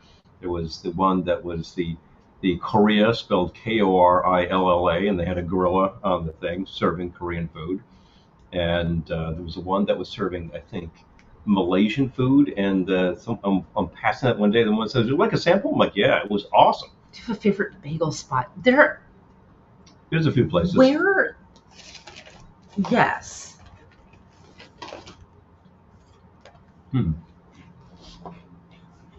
Gotta stop with these things. What is it called? Which one are you thinking of? Upper West Side. As a bagel? No. Good place. They've been doing it for a long time. Well, I know Zabar's has really good bagels. Yeah. Which is also Upper West Side. Also Upper West Side. I've had these places. I don't even know the names of them. I just know where to go. You know. Essa Bagel is a classic. I think they actually make them at a plant in Brooklyn, and they will put anything on a bagel for you. Yeah. And it's a big, dense, fresh cement donut. It's a great thing, and I think you can get lunch there for pretty reasonable. That's it. The great thing about having something on a bagel is it's not like that'll be $50. It's it'd be probably 15. And it's a ton of food. It's a great thing. Arturo's for pizza, I think, is very New York. That's my favorite. We were just there recently. We were. Yeah. We took John, who I don't think is on the broadcast, but has been. John and Mo. Yeah. Are they here? No, but I mean we. Yeah, John and Mo Arturo's did go. Yeah. Absolutely. And my favorite in the city, and I'm not going to say anything at all about like what's the best. the best is when you get a great pie and it's in front of you. And sometimes there is great bakeries, like Italian bakeries. Yeah. Yeah. Sometimes your pie is that like real thin crust New York style pizza. Arturo's, it's on Sometimes Houston. It's pretty thick. It's on Houston. Houston, and I think Sullivan. I could be wrong. Yeah, about it's that. very west. Somewhat, but it's about that west, and it's been there since about 1954. Oh, much like Mario's, and it is a very old school joint. It is very crowded in there, but they have a piano, and somebody's usually playing some jazz, and you can get a couple of good beers, and you can get an excellent pie, pretty quick for a pretty reasonable price, you know. And you'll just feed yourself silly. It's awesome. The Great. thing that I never big pie garlic. That's all you need. I always think that this has to be influencers. I don't know. I don't know why people would do this, but we walk by a couple of dollar slice places in the city. The places where you can get like a slice or 2 slices of pizza for $1. Yeah. And they always have just like lines of tourists outside, and I'm like, and they get their food on their paper plate, and then they stand out on the street and eat it. And I'm thinking, there are so many really good pizza places, and you're doing this. Like, why? I don't know. I don't get it. I don't know what's what. So there's a question. Oh, there was a story about sausage. Oh. Yeah. Now you're talking. You went to Mo the Butcher all the time to get their sausage to bring home. Which reminds me of the fact that we had an Italian pork store around the corner from us that we had never patronized until lockdown. And then we were really searching to find good stuff. And I said, I'm going to get some good sausage. They made it right there. And that stuff on the grill was just yeah, people want to do a thing because awesome. It's a thing. Yeah, the thing. The idea of just standing out on the street with my paper plate eating my pizza just sounds awful to me. Yeah. Why would I do that? And I've seen people do it in February, and it's just what's more miserable than doing that? Doing that in February. Freezing your feet off. Yeah, it is pretty miserable in February. Yeah. And thinking, why are you doing that? And I kind of have a feeling that particular pizza joint you're thinking of, I forget the name of it, is popular because it's like a cheap place that's just south of Times Square.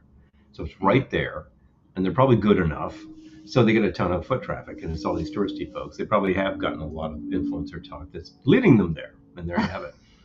Because the fact is, if it were a terrible pizza joint, they'd go out of business. You cannot have terrible pizza in New York. And if you get a slice and it's like really mediocre, then guess what? You go 2 blocks away and you get an excellent slice. That's the thing about New York pizza. Oh, 238 Elizabeth Street. There we go. Mo the Butcher. Yeah. That's awesome. Yeah. Yeah, Little Italy.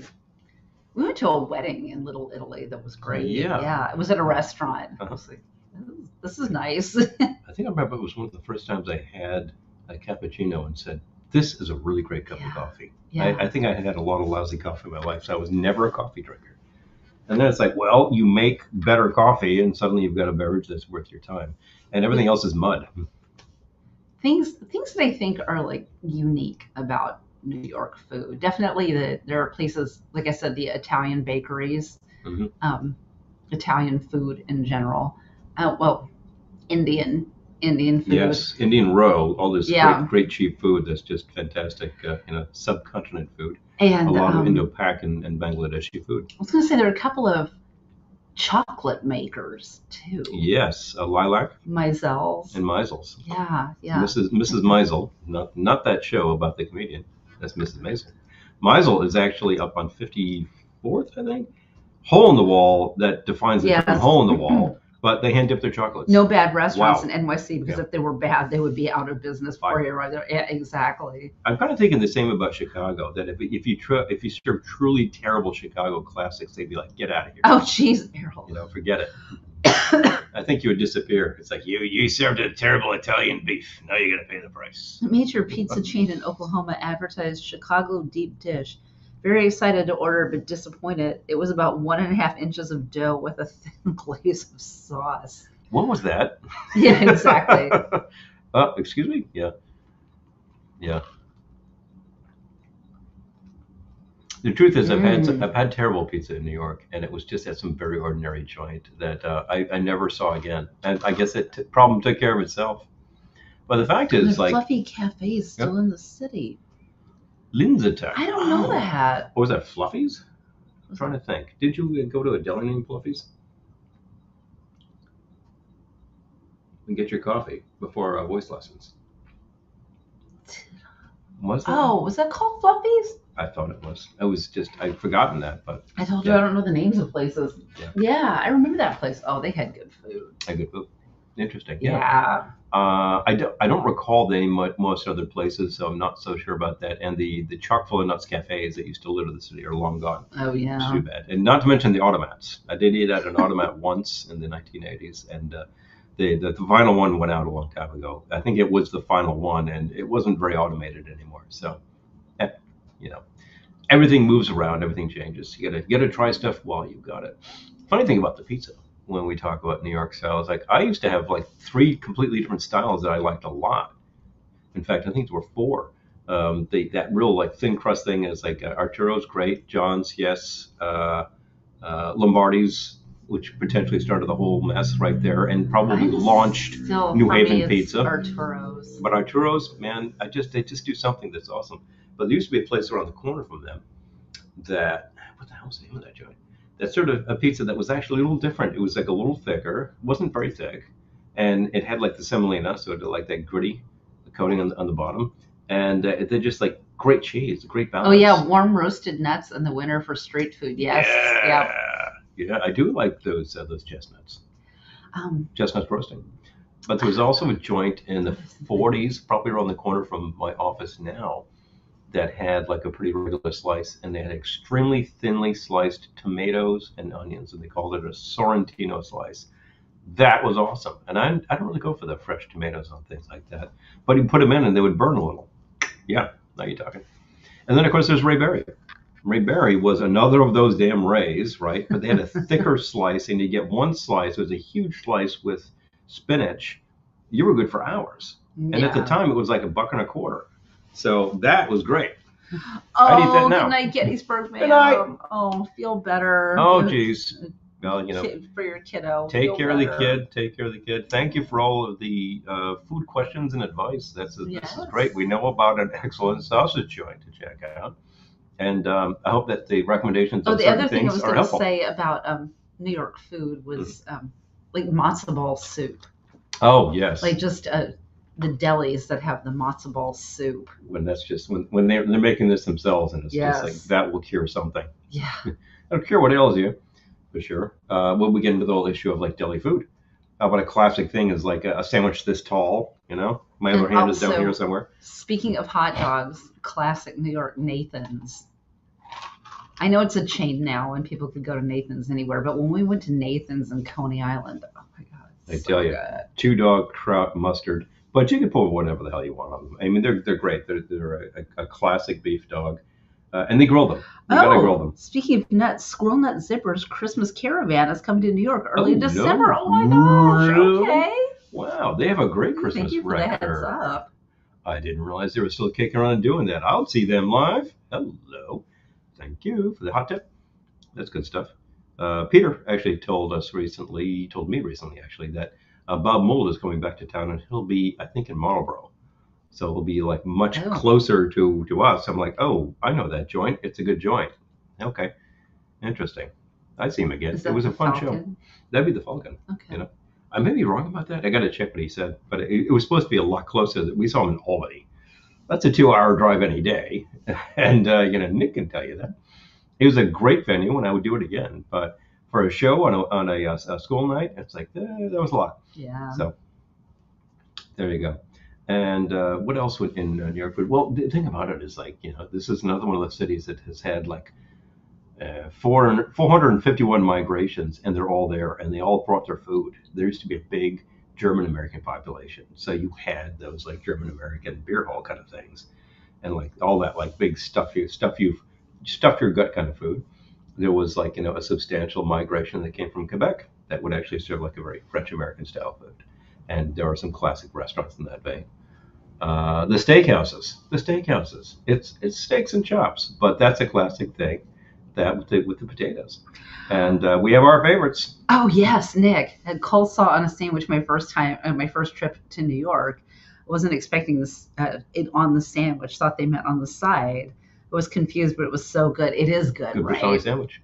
It is good. Put the coleslaw on it. Put the fries on it, and you get this big mess of food. And that's just like Permanente in Pittsburgh. Yeah. There you go. I mean, they're kind of a chain now too, but it's still a great sandwich. Still a good thing. So the overstuffed sandwich is one thing, and you can even get one that's like a little less absurd that will actually fit in your mouth, but still is like a really huge serving of corned beef or pastrami with some kraut on it. And I think it's a pretty simple thing and good. Pickle on the side. Don't forget those pickles. I'm trying to think of bagel joints and bagels and bialys. A place that serves bialys is a very specific thing, and you don't get that too much outside of your urban areas northeast. What makes your favorite corned beef in New York? I don't know. Have I ever even had corned beef in New York? We probably have, because from time to time we would get it at the Carnegie Deli on the Reuben. Oh, yeah. The Reuben was the size of the computer that we're going into right now. Carnegie Deli, R.I.P. Yeah, R.I.P. Yeah. There was some dispute going on there. They had to go out, the family problems. But they would serve you a plate with this absurd platter of the meat and the cheese and the kraut and call it a Reuben. Don't forget the Russian dressing. And you could get that with corned beef or pastrami. And we had to have both. I thought that the corned beef was very good, but I liked the pastrami better. So we would get that. Yeah. The Reuben itself originated at Reuben's. I think Reuben's is now gone. That's gone too. Yeah. Well, but it's a classic thing. Sometimes we'll put that together at home just because it's a great thing. You could get a Reuben at Katz's. Katz's will definitely do it. I think that's one of the few places left. Second Avenue Deli is one of the places from that era that will serve you some excellent corned beef or pastrami. And otherwise, says the last great corned beef I had in Pittsburgh was at a place called Smoke and Brews. Okay. Are you talking? Yes, we are talking to a Pittsburgh local here. I can tell you all about that. Pittsburgh is a great food town, too. Oh, we loved Carnegie Deli in 2008. We used to go there, before watching my cousin play Carnegie Hall. Oh, that's awesome. That's great. Oh, that is some kind of awesome. Yeah, we it was. We used to go there every year at Christmas time. We would make our rounds, but we'd start at the Carnegie and tank up on a huge meal, so we could go and have a few cocktails there and not fall over. And I remember the place was really cramped. It was just like elbows. We didn't have cocktails at Carnegie. No, Carnegie would not serve you. Carnegie would serve you a Dr. Brown celery, is what they would serve you. I think they had beer. Did they? Although we didn't order beer. We usually didn't order beer. But you would get because cocktails at the Algonquin. Hey, 2 bowls of matzo ball soup there with a matzo ball the size of a softball, and lost my monkey. And then the Reuben, and we'd eat something like 1/10 of this sandwich, wrap it up to go. And the thing about that was that you can't actually then go to the museum and see the big tree because you're carrying food around. Yeah, that's kind of a problem. So we kind of figured out how to moderate that, and it worked fine. And we do go and we do see the big tree because I've got. Well, do I still get into the Met, or is that no longer the case? No, we ended that program. We used to get. Now you get into Museum of Natural History. I get into Natural History. I can't get into the Met anymore for free. So, we took advantage of that several times. Yes. It was good. I liked the big tree there. Used to see that when I was a kid. And Carnegie was the start of it, and then we'd walk around and see the big tree at Rockefeller, which is now very close to my office, and then wind our way around and eventually end up at the Algonquin and have a round or two, and that's a good day right there. Yeah. Last year when we went to the Algonquin for cocktails at Christmas, they were having a drag show. So it was like bonus show. Yeah, that was kind of awesome. That was great. They just brought in a pianist starts playing, and then a drag queen goes by, and it's like, oh, gonna sing. So that was really hilarious. Great. It was kind of great. And Carnegie's long gone, and then when they went out, we had to make our other choice, and right across from them, Ben Ash. So we ate there for a few years, and now they're gone. So a lot of these joints that were just joints are kind of gone. But around the corner from them is still Junior's, which has a huge location. I bet they will serve you a good Reuben. And of course, if you're just I just want the best cheesecake around, they're a contender right there. New York cheesecake. That's a thing for you. Very new. Yeah, speaking of Carnegie Hall, right outside of Carnegie Hall is the Russian Tea Room, which we've still never been to.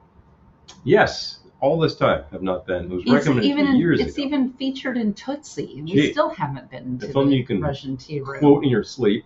Yes. And we still haven't been there. I'll tell you. Oversight. What else they got going on? There's all these sections. I mean, there's this Brazil section, Little Brazil, that just has just awesome food. Mm-hmm. There is a churrascaria that I pass from 9th Avenue. There is Koreatown. And then there's this Korean section in Queens that just has awesome food. All of these migrations just brought just fantastic food. Chinatown, you can go to go down there and just get yourself a very old-fashioned chop suey meal at Wohop. Yes, Macy's and Saks and Bergdorf actually do their windows at Christmas. Yes. Macy's is always really fun because they do they do like something for kids. You know? Macy's is probably the original location to do these things. Yeah. But then there's Bergdorf. Bergdorf usually does like something very artistic. Yes. Which is fun. I mean, they're all great. And then Saks, it kind of depends with Saks. It could be like fantasy or it could just be like high fashion, you know, like you never know. Saks frequently does a fashion kind of thing, and they usually have a storyline, so you can just follow down the sidewalk and read and take a look. Yeah, I think last year it was like Christmas in the City or something. It was really fun. I mean, it was like the windows were really nice, but it wasn't like some over the top concept like they sometimes do. And you know, this is right smack in the very touristy area that's right off of Rockefeller Center, and of course you go to Rockefeller Center to see the tree and to see the skaters, and it's a whole thing. It's a whole experience. Well, if you're gonna be seeing this stuff, make it an experience. That's the whole idea. But I love going into Saks and Bergdorf because it's just so shishy. You know? Just pinky in the air. It's just But she doesn't shop for like $1,000 jeans or whatever. Like that's the place. So I guess ultimately that's the thing. We start at the deli, make our way to the tree, make our way over to like the Saks windows, then start walking like down south. I think the most I've ever bought at Saks was a lipstick, but it's fun to walk through. It's fun to see. It's fun to see these things. Oh. And Macy's is fun to see because they do have some very fashionable stuff, but their sale rack, they got to move stuff in and out of there, so you can find some really good discounts. That's why it's popular. So, yeah. I'm trying to think of what else in food. I mean, really, you name it, it's there. I mean, you do. Is there a cuisine you've never tried? Just look it up, and there's a place that's doing it. Oh yeah. Do you want to try Burmese cuisine? There you go. Do you want Indonesian? Of course they've got it. I walked by a restaurant the other day, and I had to take a picture of their menu because outside it said the best pastas in NYC. And I just thought, what was the judge of that? Does that mean they're the worst pastas in NYC? Yeah, air quotes. You had to air quote that one. Oh, there's the joint near the my office. It's right down the block from the office, which is like an indoor like food hall. Urban Hawker is like the theme is Singapore. That's a chain, right? It's a chain. I know. Yeah, but it's a good chain. The theme is Singapore street food. So they've just got like all these things. And Singapore slings. And they have a bar that's serving Singapore slings because But there was a point where one of the groups at work, which was like, you know, the South Asian group, actually decided to do a like meet the group, and they catered in from Urban Hawker. And I was trying this, and I was like, oh, this stuff is awesome. It was just great food. Yeah. So. But they didn't get Singapore slings. They didn't have those at lunch, unfortunately. But if they'd asked me, I could whip up a good sling. We do have a very good formula for a sling. Oh, Eric says, I remember when we used to have Kaufman's department store where my father worked. He'd tell me stories about that place, and that would make Artie being served. That's so funny. It also makes me think about Miracle on 34th Street. Because you get to see like the locker room at Macy's and stuff. Yeah, it's like kind of the behind the scenes. And like those scenes in that movie, like they were really filming inside Macy's with permission of. Yeah. And the parade that you see is the 1946 Macy's parade, and the Santa Claus is Edmund Gwenn. So like he was really doing it right there on the street. Oh, Lisa, yeah, food places that are still going that have been there since around the 30s or 40s. Well, one of our favorite places is Keen's, and that opened in like 1883. Yeah, like been there since the 80s. The 1880s. Those 80s, the other 80s, yes. We still love that place. That was a real theater place. Theater District when it opened. When the Theater District was near Macy's, you know. Yeah. Remember Me to Herald Square. Yeah, it is right from Herald Square. Yeah, and they have like all these theater posters and stuff. I still love that place so much. Full of fun and history. You're gonna spend a few dollars there. It's not cheap. All of it will be worth your time. Yeah. So bring some money. Sardi's. That's awesome. Sardi's has been there since 1929, maybe 1927. Yeah. One of those things. Sardi's That's classic. I love Sardi's in their bar. The bar on the second level is a great place to repair to because you'll be there like between shows and whatnot. It'll be really crowded, and then people go to a show and it just kind of like clears out for a second. It's very quiet. But you're right across from classic theater marquees, and it's like a lot of classic steakhouses in New York are still there. From that period of time. The oldest I think is Old Homestead, which is 1869. They've been around. They have a huge not porcelain, but I'm thinking like a big plaster of Paris cow as there. Say fiberglass. Probably fiberglass by now as their symbol. Like on their roof. We have dined there, and it's very good. A lot of other steakhouses are much more contemporary, like Smith & Wollensky, but still, that joint is now 50 some odd years old. 45 anyway. Yeah. They've been around. Algonquin's been there since the teens. Yeah. Definitely. And you can eat there. You can get an excellent meal there. The Round Club there, the round table. Round Table used to actually dine there every day, you know. Yeah. Yes, I want to be a producer. Lunch at Sardi's every day. Sardi's. Yes. And I'm thinking what else like really fits that bill. There are a lot of places that have been around a little longer, and like a lot of places that were notorious in that period. Like I was saying, like the cheap places to eat, like chock full of nuts and trash, are long gone. Yeah. And some of the really fancy nightclubby places like the Blue Angel and the Stork Club, long gone. Yeah. Yeah, they kind of went out. So. Yeah, definitely. I love old school steakhouses and supper clubs. I love the old school places too, and like hotel bars. Hotel bars. I tell people who are getting into drinks, I want a good drink. I want a well mixed Manhattan. It's like go to an old school hotel. Their bar, the guy will know what he's doing. Nick says, just saw a thing about the oldest pub bar in the world in Ireland is like from 880, like over 1,000 years. It's crazy. I was going to say France's Tavern is the oldest restaurant in New York. It's been there since the 1760s. Yes. Anyway. That's fun too. Been remodeled way a few downtown. times. That's like way down in the financial district. Yeah, they are literally sitting in New Amsterdam. They're sitting in that footprint. Yeah. And it's been around, and they're still I want to going get strong. a cocktail at the Plaza. Yes. And it's got places with great bones. And now they actually have things like bowls of punch on the counter, which is what they've been serving in the 1760s. But yeah, our founding fathers, and undoubtedly some others, used to get like a little crock there at this very location. So you can find your own little slice of history at France's. That's a good thing. There is a bar in a location that is definitely 1840s, from the 1840s. That Underdog, and I don't know what their deal is now. The last time we were there, they weren't quite what they used to be. But they really were like a contemporary craft bar that was doing a lot of tropicals and things, and they were a lot of fun. They were just in this basement location that was just very very catacombs, very cool. For a while, and then then it seemed like I don't know, maybe they got new management. New management. I think they went off theme, and who knows? Everything comes around. So, yeah. Yeah, I feel like in New York there are really places you can go and have sort of like a time travel feel. Just even like walking down like maybe a certain corridor in Grand Central Station or something, like just wander the streets of Greenwich Village, and you're going down some very narrow streets that bend around and eventually kind of meet up with themselves. Very strange because of the way that the city got cut. And you'll just find like some tiny little joint that's serving some good sandwiches. Oh, great coffee. Pepper Tree saying the same trip to NYC in 2008. Visited a cousin that worked at the Waldorf.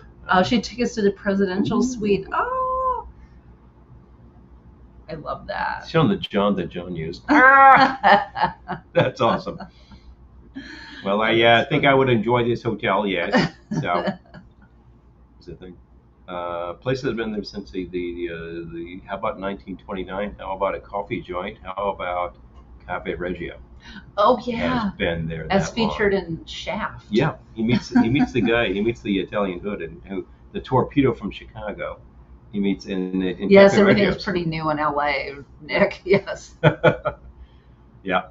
Well, if you go to that whole downtown Los Angeles section, which you've seen, Yeah. it's really funny how suddenly like, hey, I'm in New York, and I know it kind of has that vibe. they have the joint that's been there for we ate there, and Clifton's. Clifton's. Yeah, It's yeah. very cool.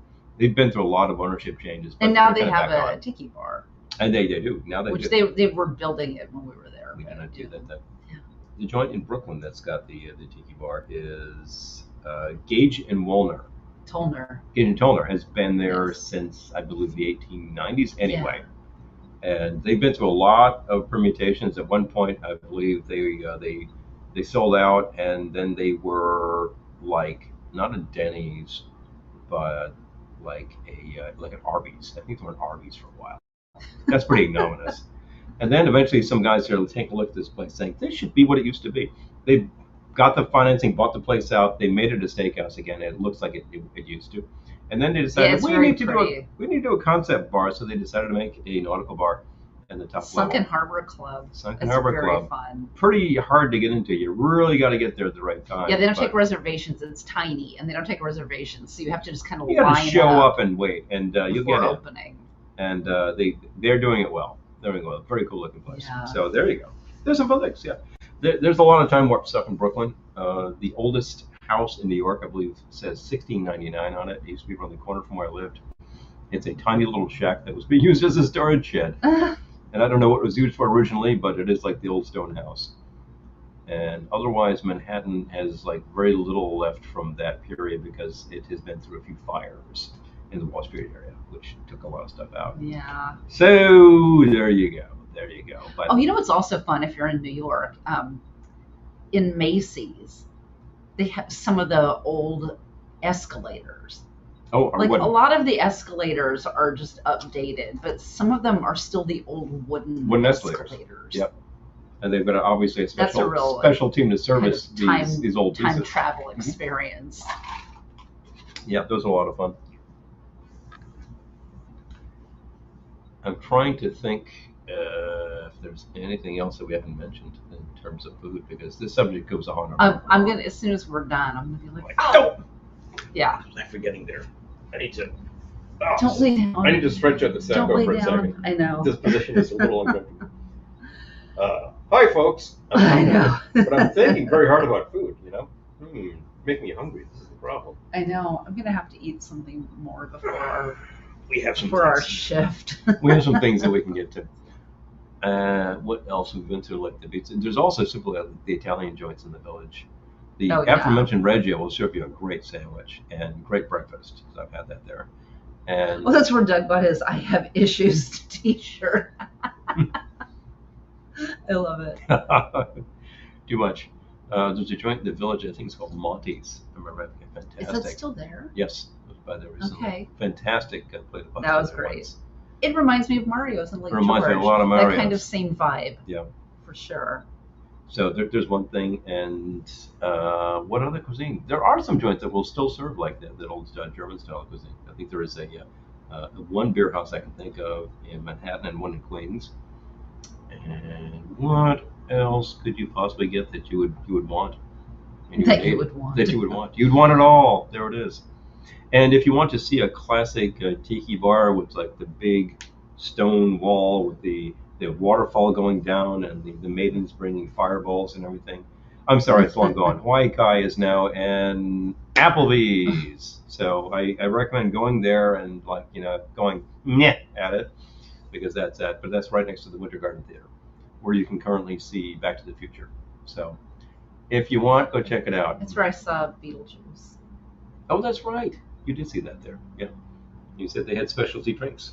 They did. They did. Well, a lot of the Broadway shows have started catching on to we'll have a themed drink for our show. And you have a cup and you can take it to your seat. Oh, Dina's got to get back to sewing. Yes, we'll see you next week. That's it. You got to take care of the biz.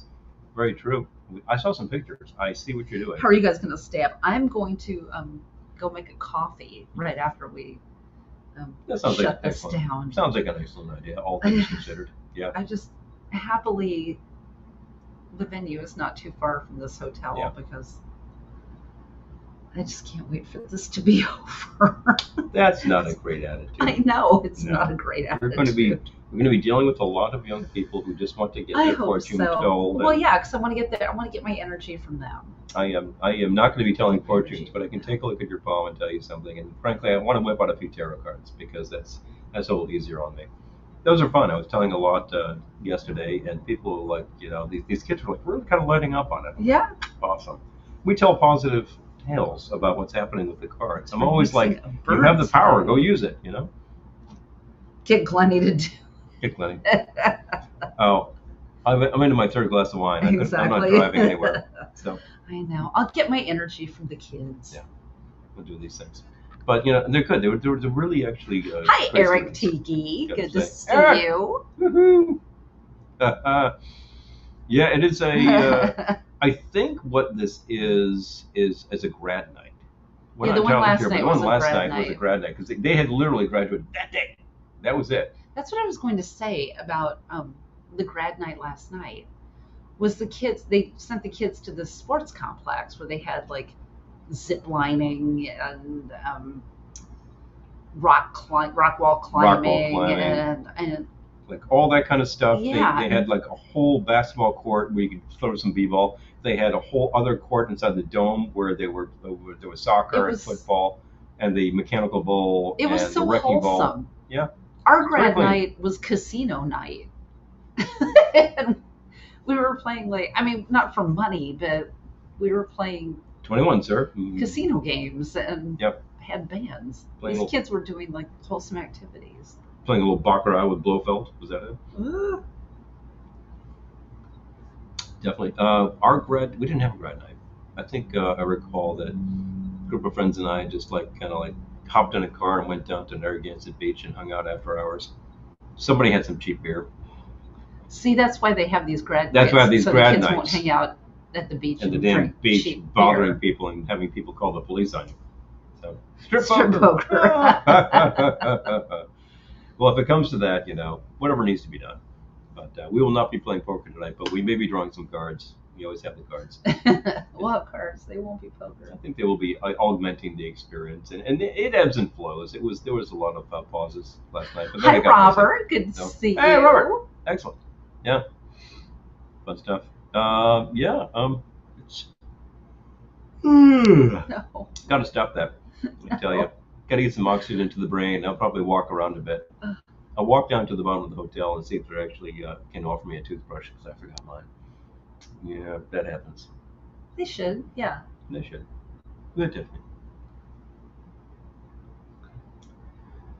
The ship sailed a long time ago. Yep. So, but sometimes these gigs run weird hours, and that's what it's all about. And sometimes we're just there at noon till 5 because that's a pretty standard thing.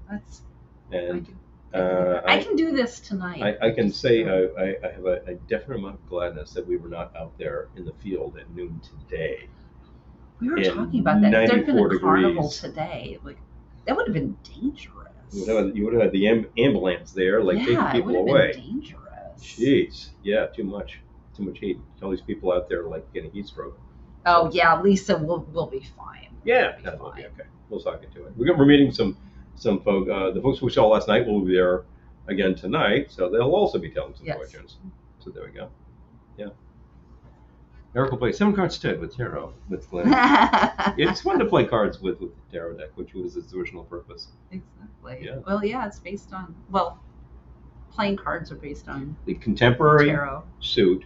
The contemporary deck of cards is based on the tarot, and the suits have changed a bit, but essentially they all work the same way. I think that swords became spades. Yes. Is that right? So the long sword becomes like a short spade, and the spade looks like sort of a garden tool, but the term was a spada, which was like a short knife. Oh, dagger there to get your guy. The wands became clubs. Interesting. A wand, a club. That makes a lot of sense. The cups became hearts. Okay. And the cups are actually like all about your love and your relationships, so that makes a lot of sense to ours. And the diamonds must be Pentacles. Pentacles. So we've gone from gold to diamonds, huh? Well, that happens sometimes. Working on a proposal for something with our YouTube show. Oh, Petrie, I hope it works out. Crossing fingers That's here. That's great. Please. I think that's an excellent idea. And I hit a full house and 4 people died. What? Oh, yes, exactly. Yeah, I don't pull punches with this deck. I keep all the cards in. So if we're dealing with young people and I draw the death card, I'm like, well, that doesn't mean anybody died. But maybe some bad ideas had to die. I kept getting the death card last night for some of these kids, but it's the end of a cycle. And I'm like, well, you didn't just graduate from high school. So that's that, you know. Maybe there's some ideas you need to leave behind. Yeah. That's what I like to talk about. Bad ideas, bad relationships, gone. I also got the Wheel of Fortune card a lot last night. I got it a couple of times. Well, you did just graduate from high school, so. Time to spin the wheel and see where you're going. That kind of thing. Yeah. I'm trying to think if anything else about that. No, that's about it. Yeah. Is it that time? It's about that time, I think. I guess we need to get ready and. I mean, we could go for a little longer, but we do need to get to the venue. We do need to wrap ourselves up and actually get there. So, it's been kind of awesome on the road. Our signal has not been interrupted except for the time when like something got hit on the screen. I tried to scroll and it got conky. So, but apparently we were still going. It's just that the video went out. But then when you found it, and here we are. So I guess that works fine. But, so we won't be live next Wednesday because we'll be on site with much worse Wi-Fi. So we better not actually try that because we tried it a few years ago and forget it. But we will update you from Ohana. We'll let you know. Sometimes we go live there during the day. We try, for real quick. Yeah, if we can find a second and we can get a signal, we'll do that. And that tends to be okay. I think it's actually better during the day. This makes no sense. But what the heck. And, we'll see what's that. We'll take a bunch of pictures. Some of you we will see on site. We were just talking to Daniel. We'll see some of you very talking soon. to Nick here. Yeah, geez, Diane. 1 week. Yeah, we'll be seeing Mr. Time, but definitely. And Daniel. You said Daniel, right? I did say Daniel. Yes. And Dan and Elaine. Yes. We'll be hosting a room as well. Look for it. It's sort of a secret. But, that's fun. It's been awesome. We will see you in 2 weeks. And in the meantime, just check the socials. We'll post some stuff. Any ideas you got, send them our way. As always, remember, no matter where you go, no matter what you do, we will see you soon. Good night.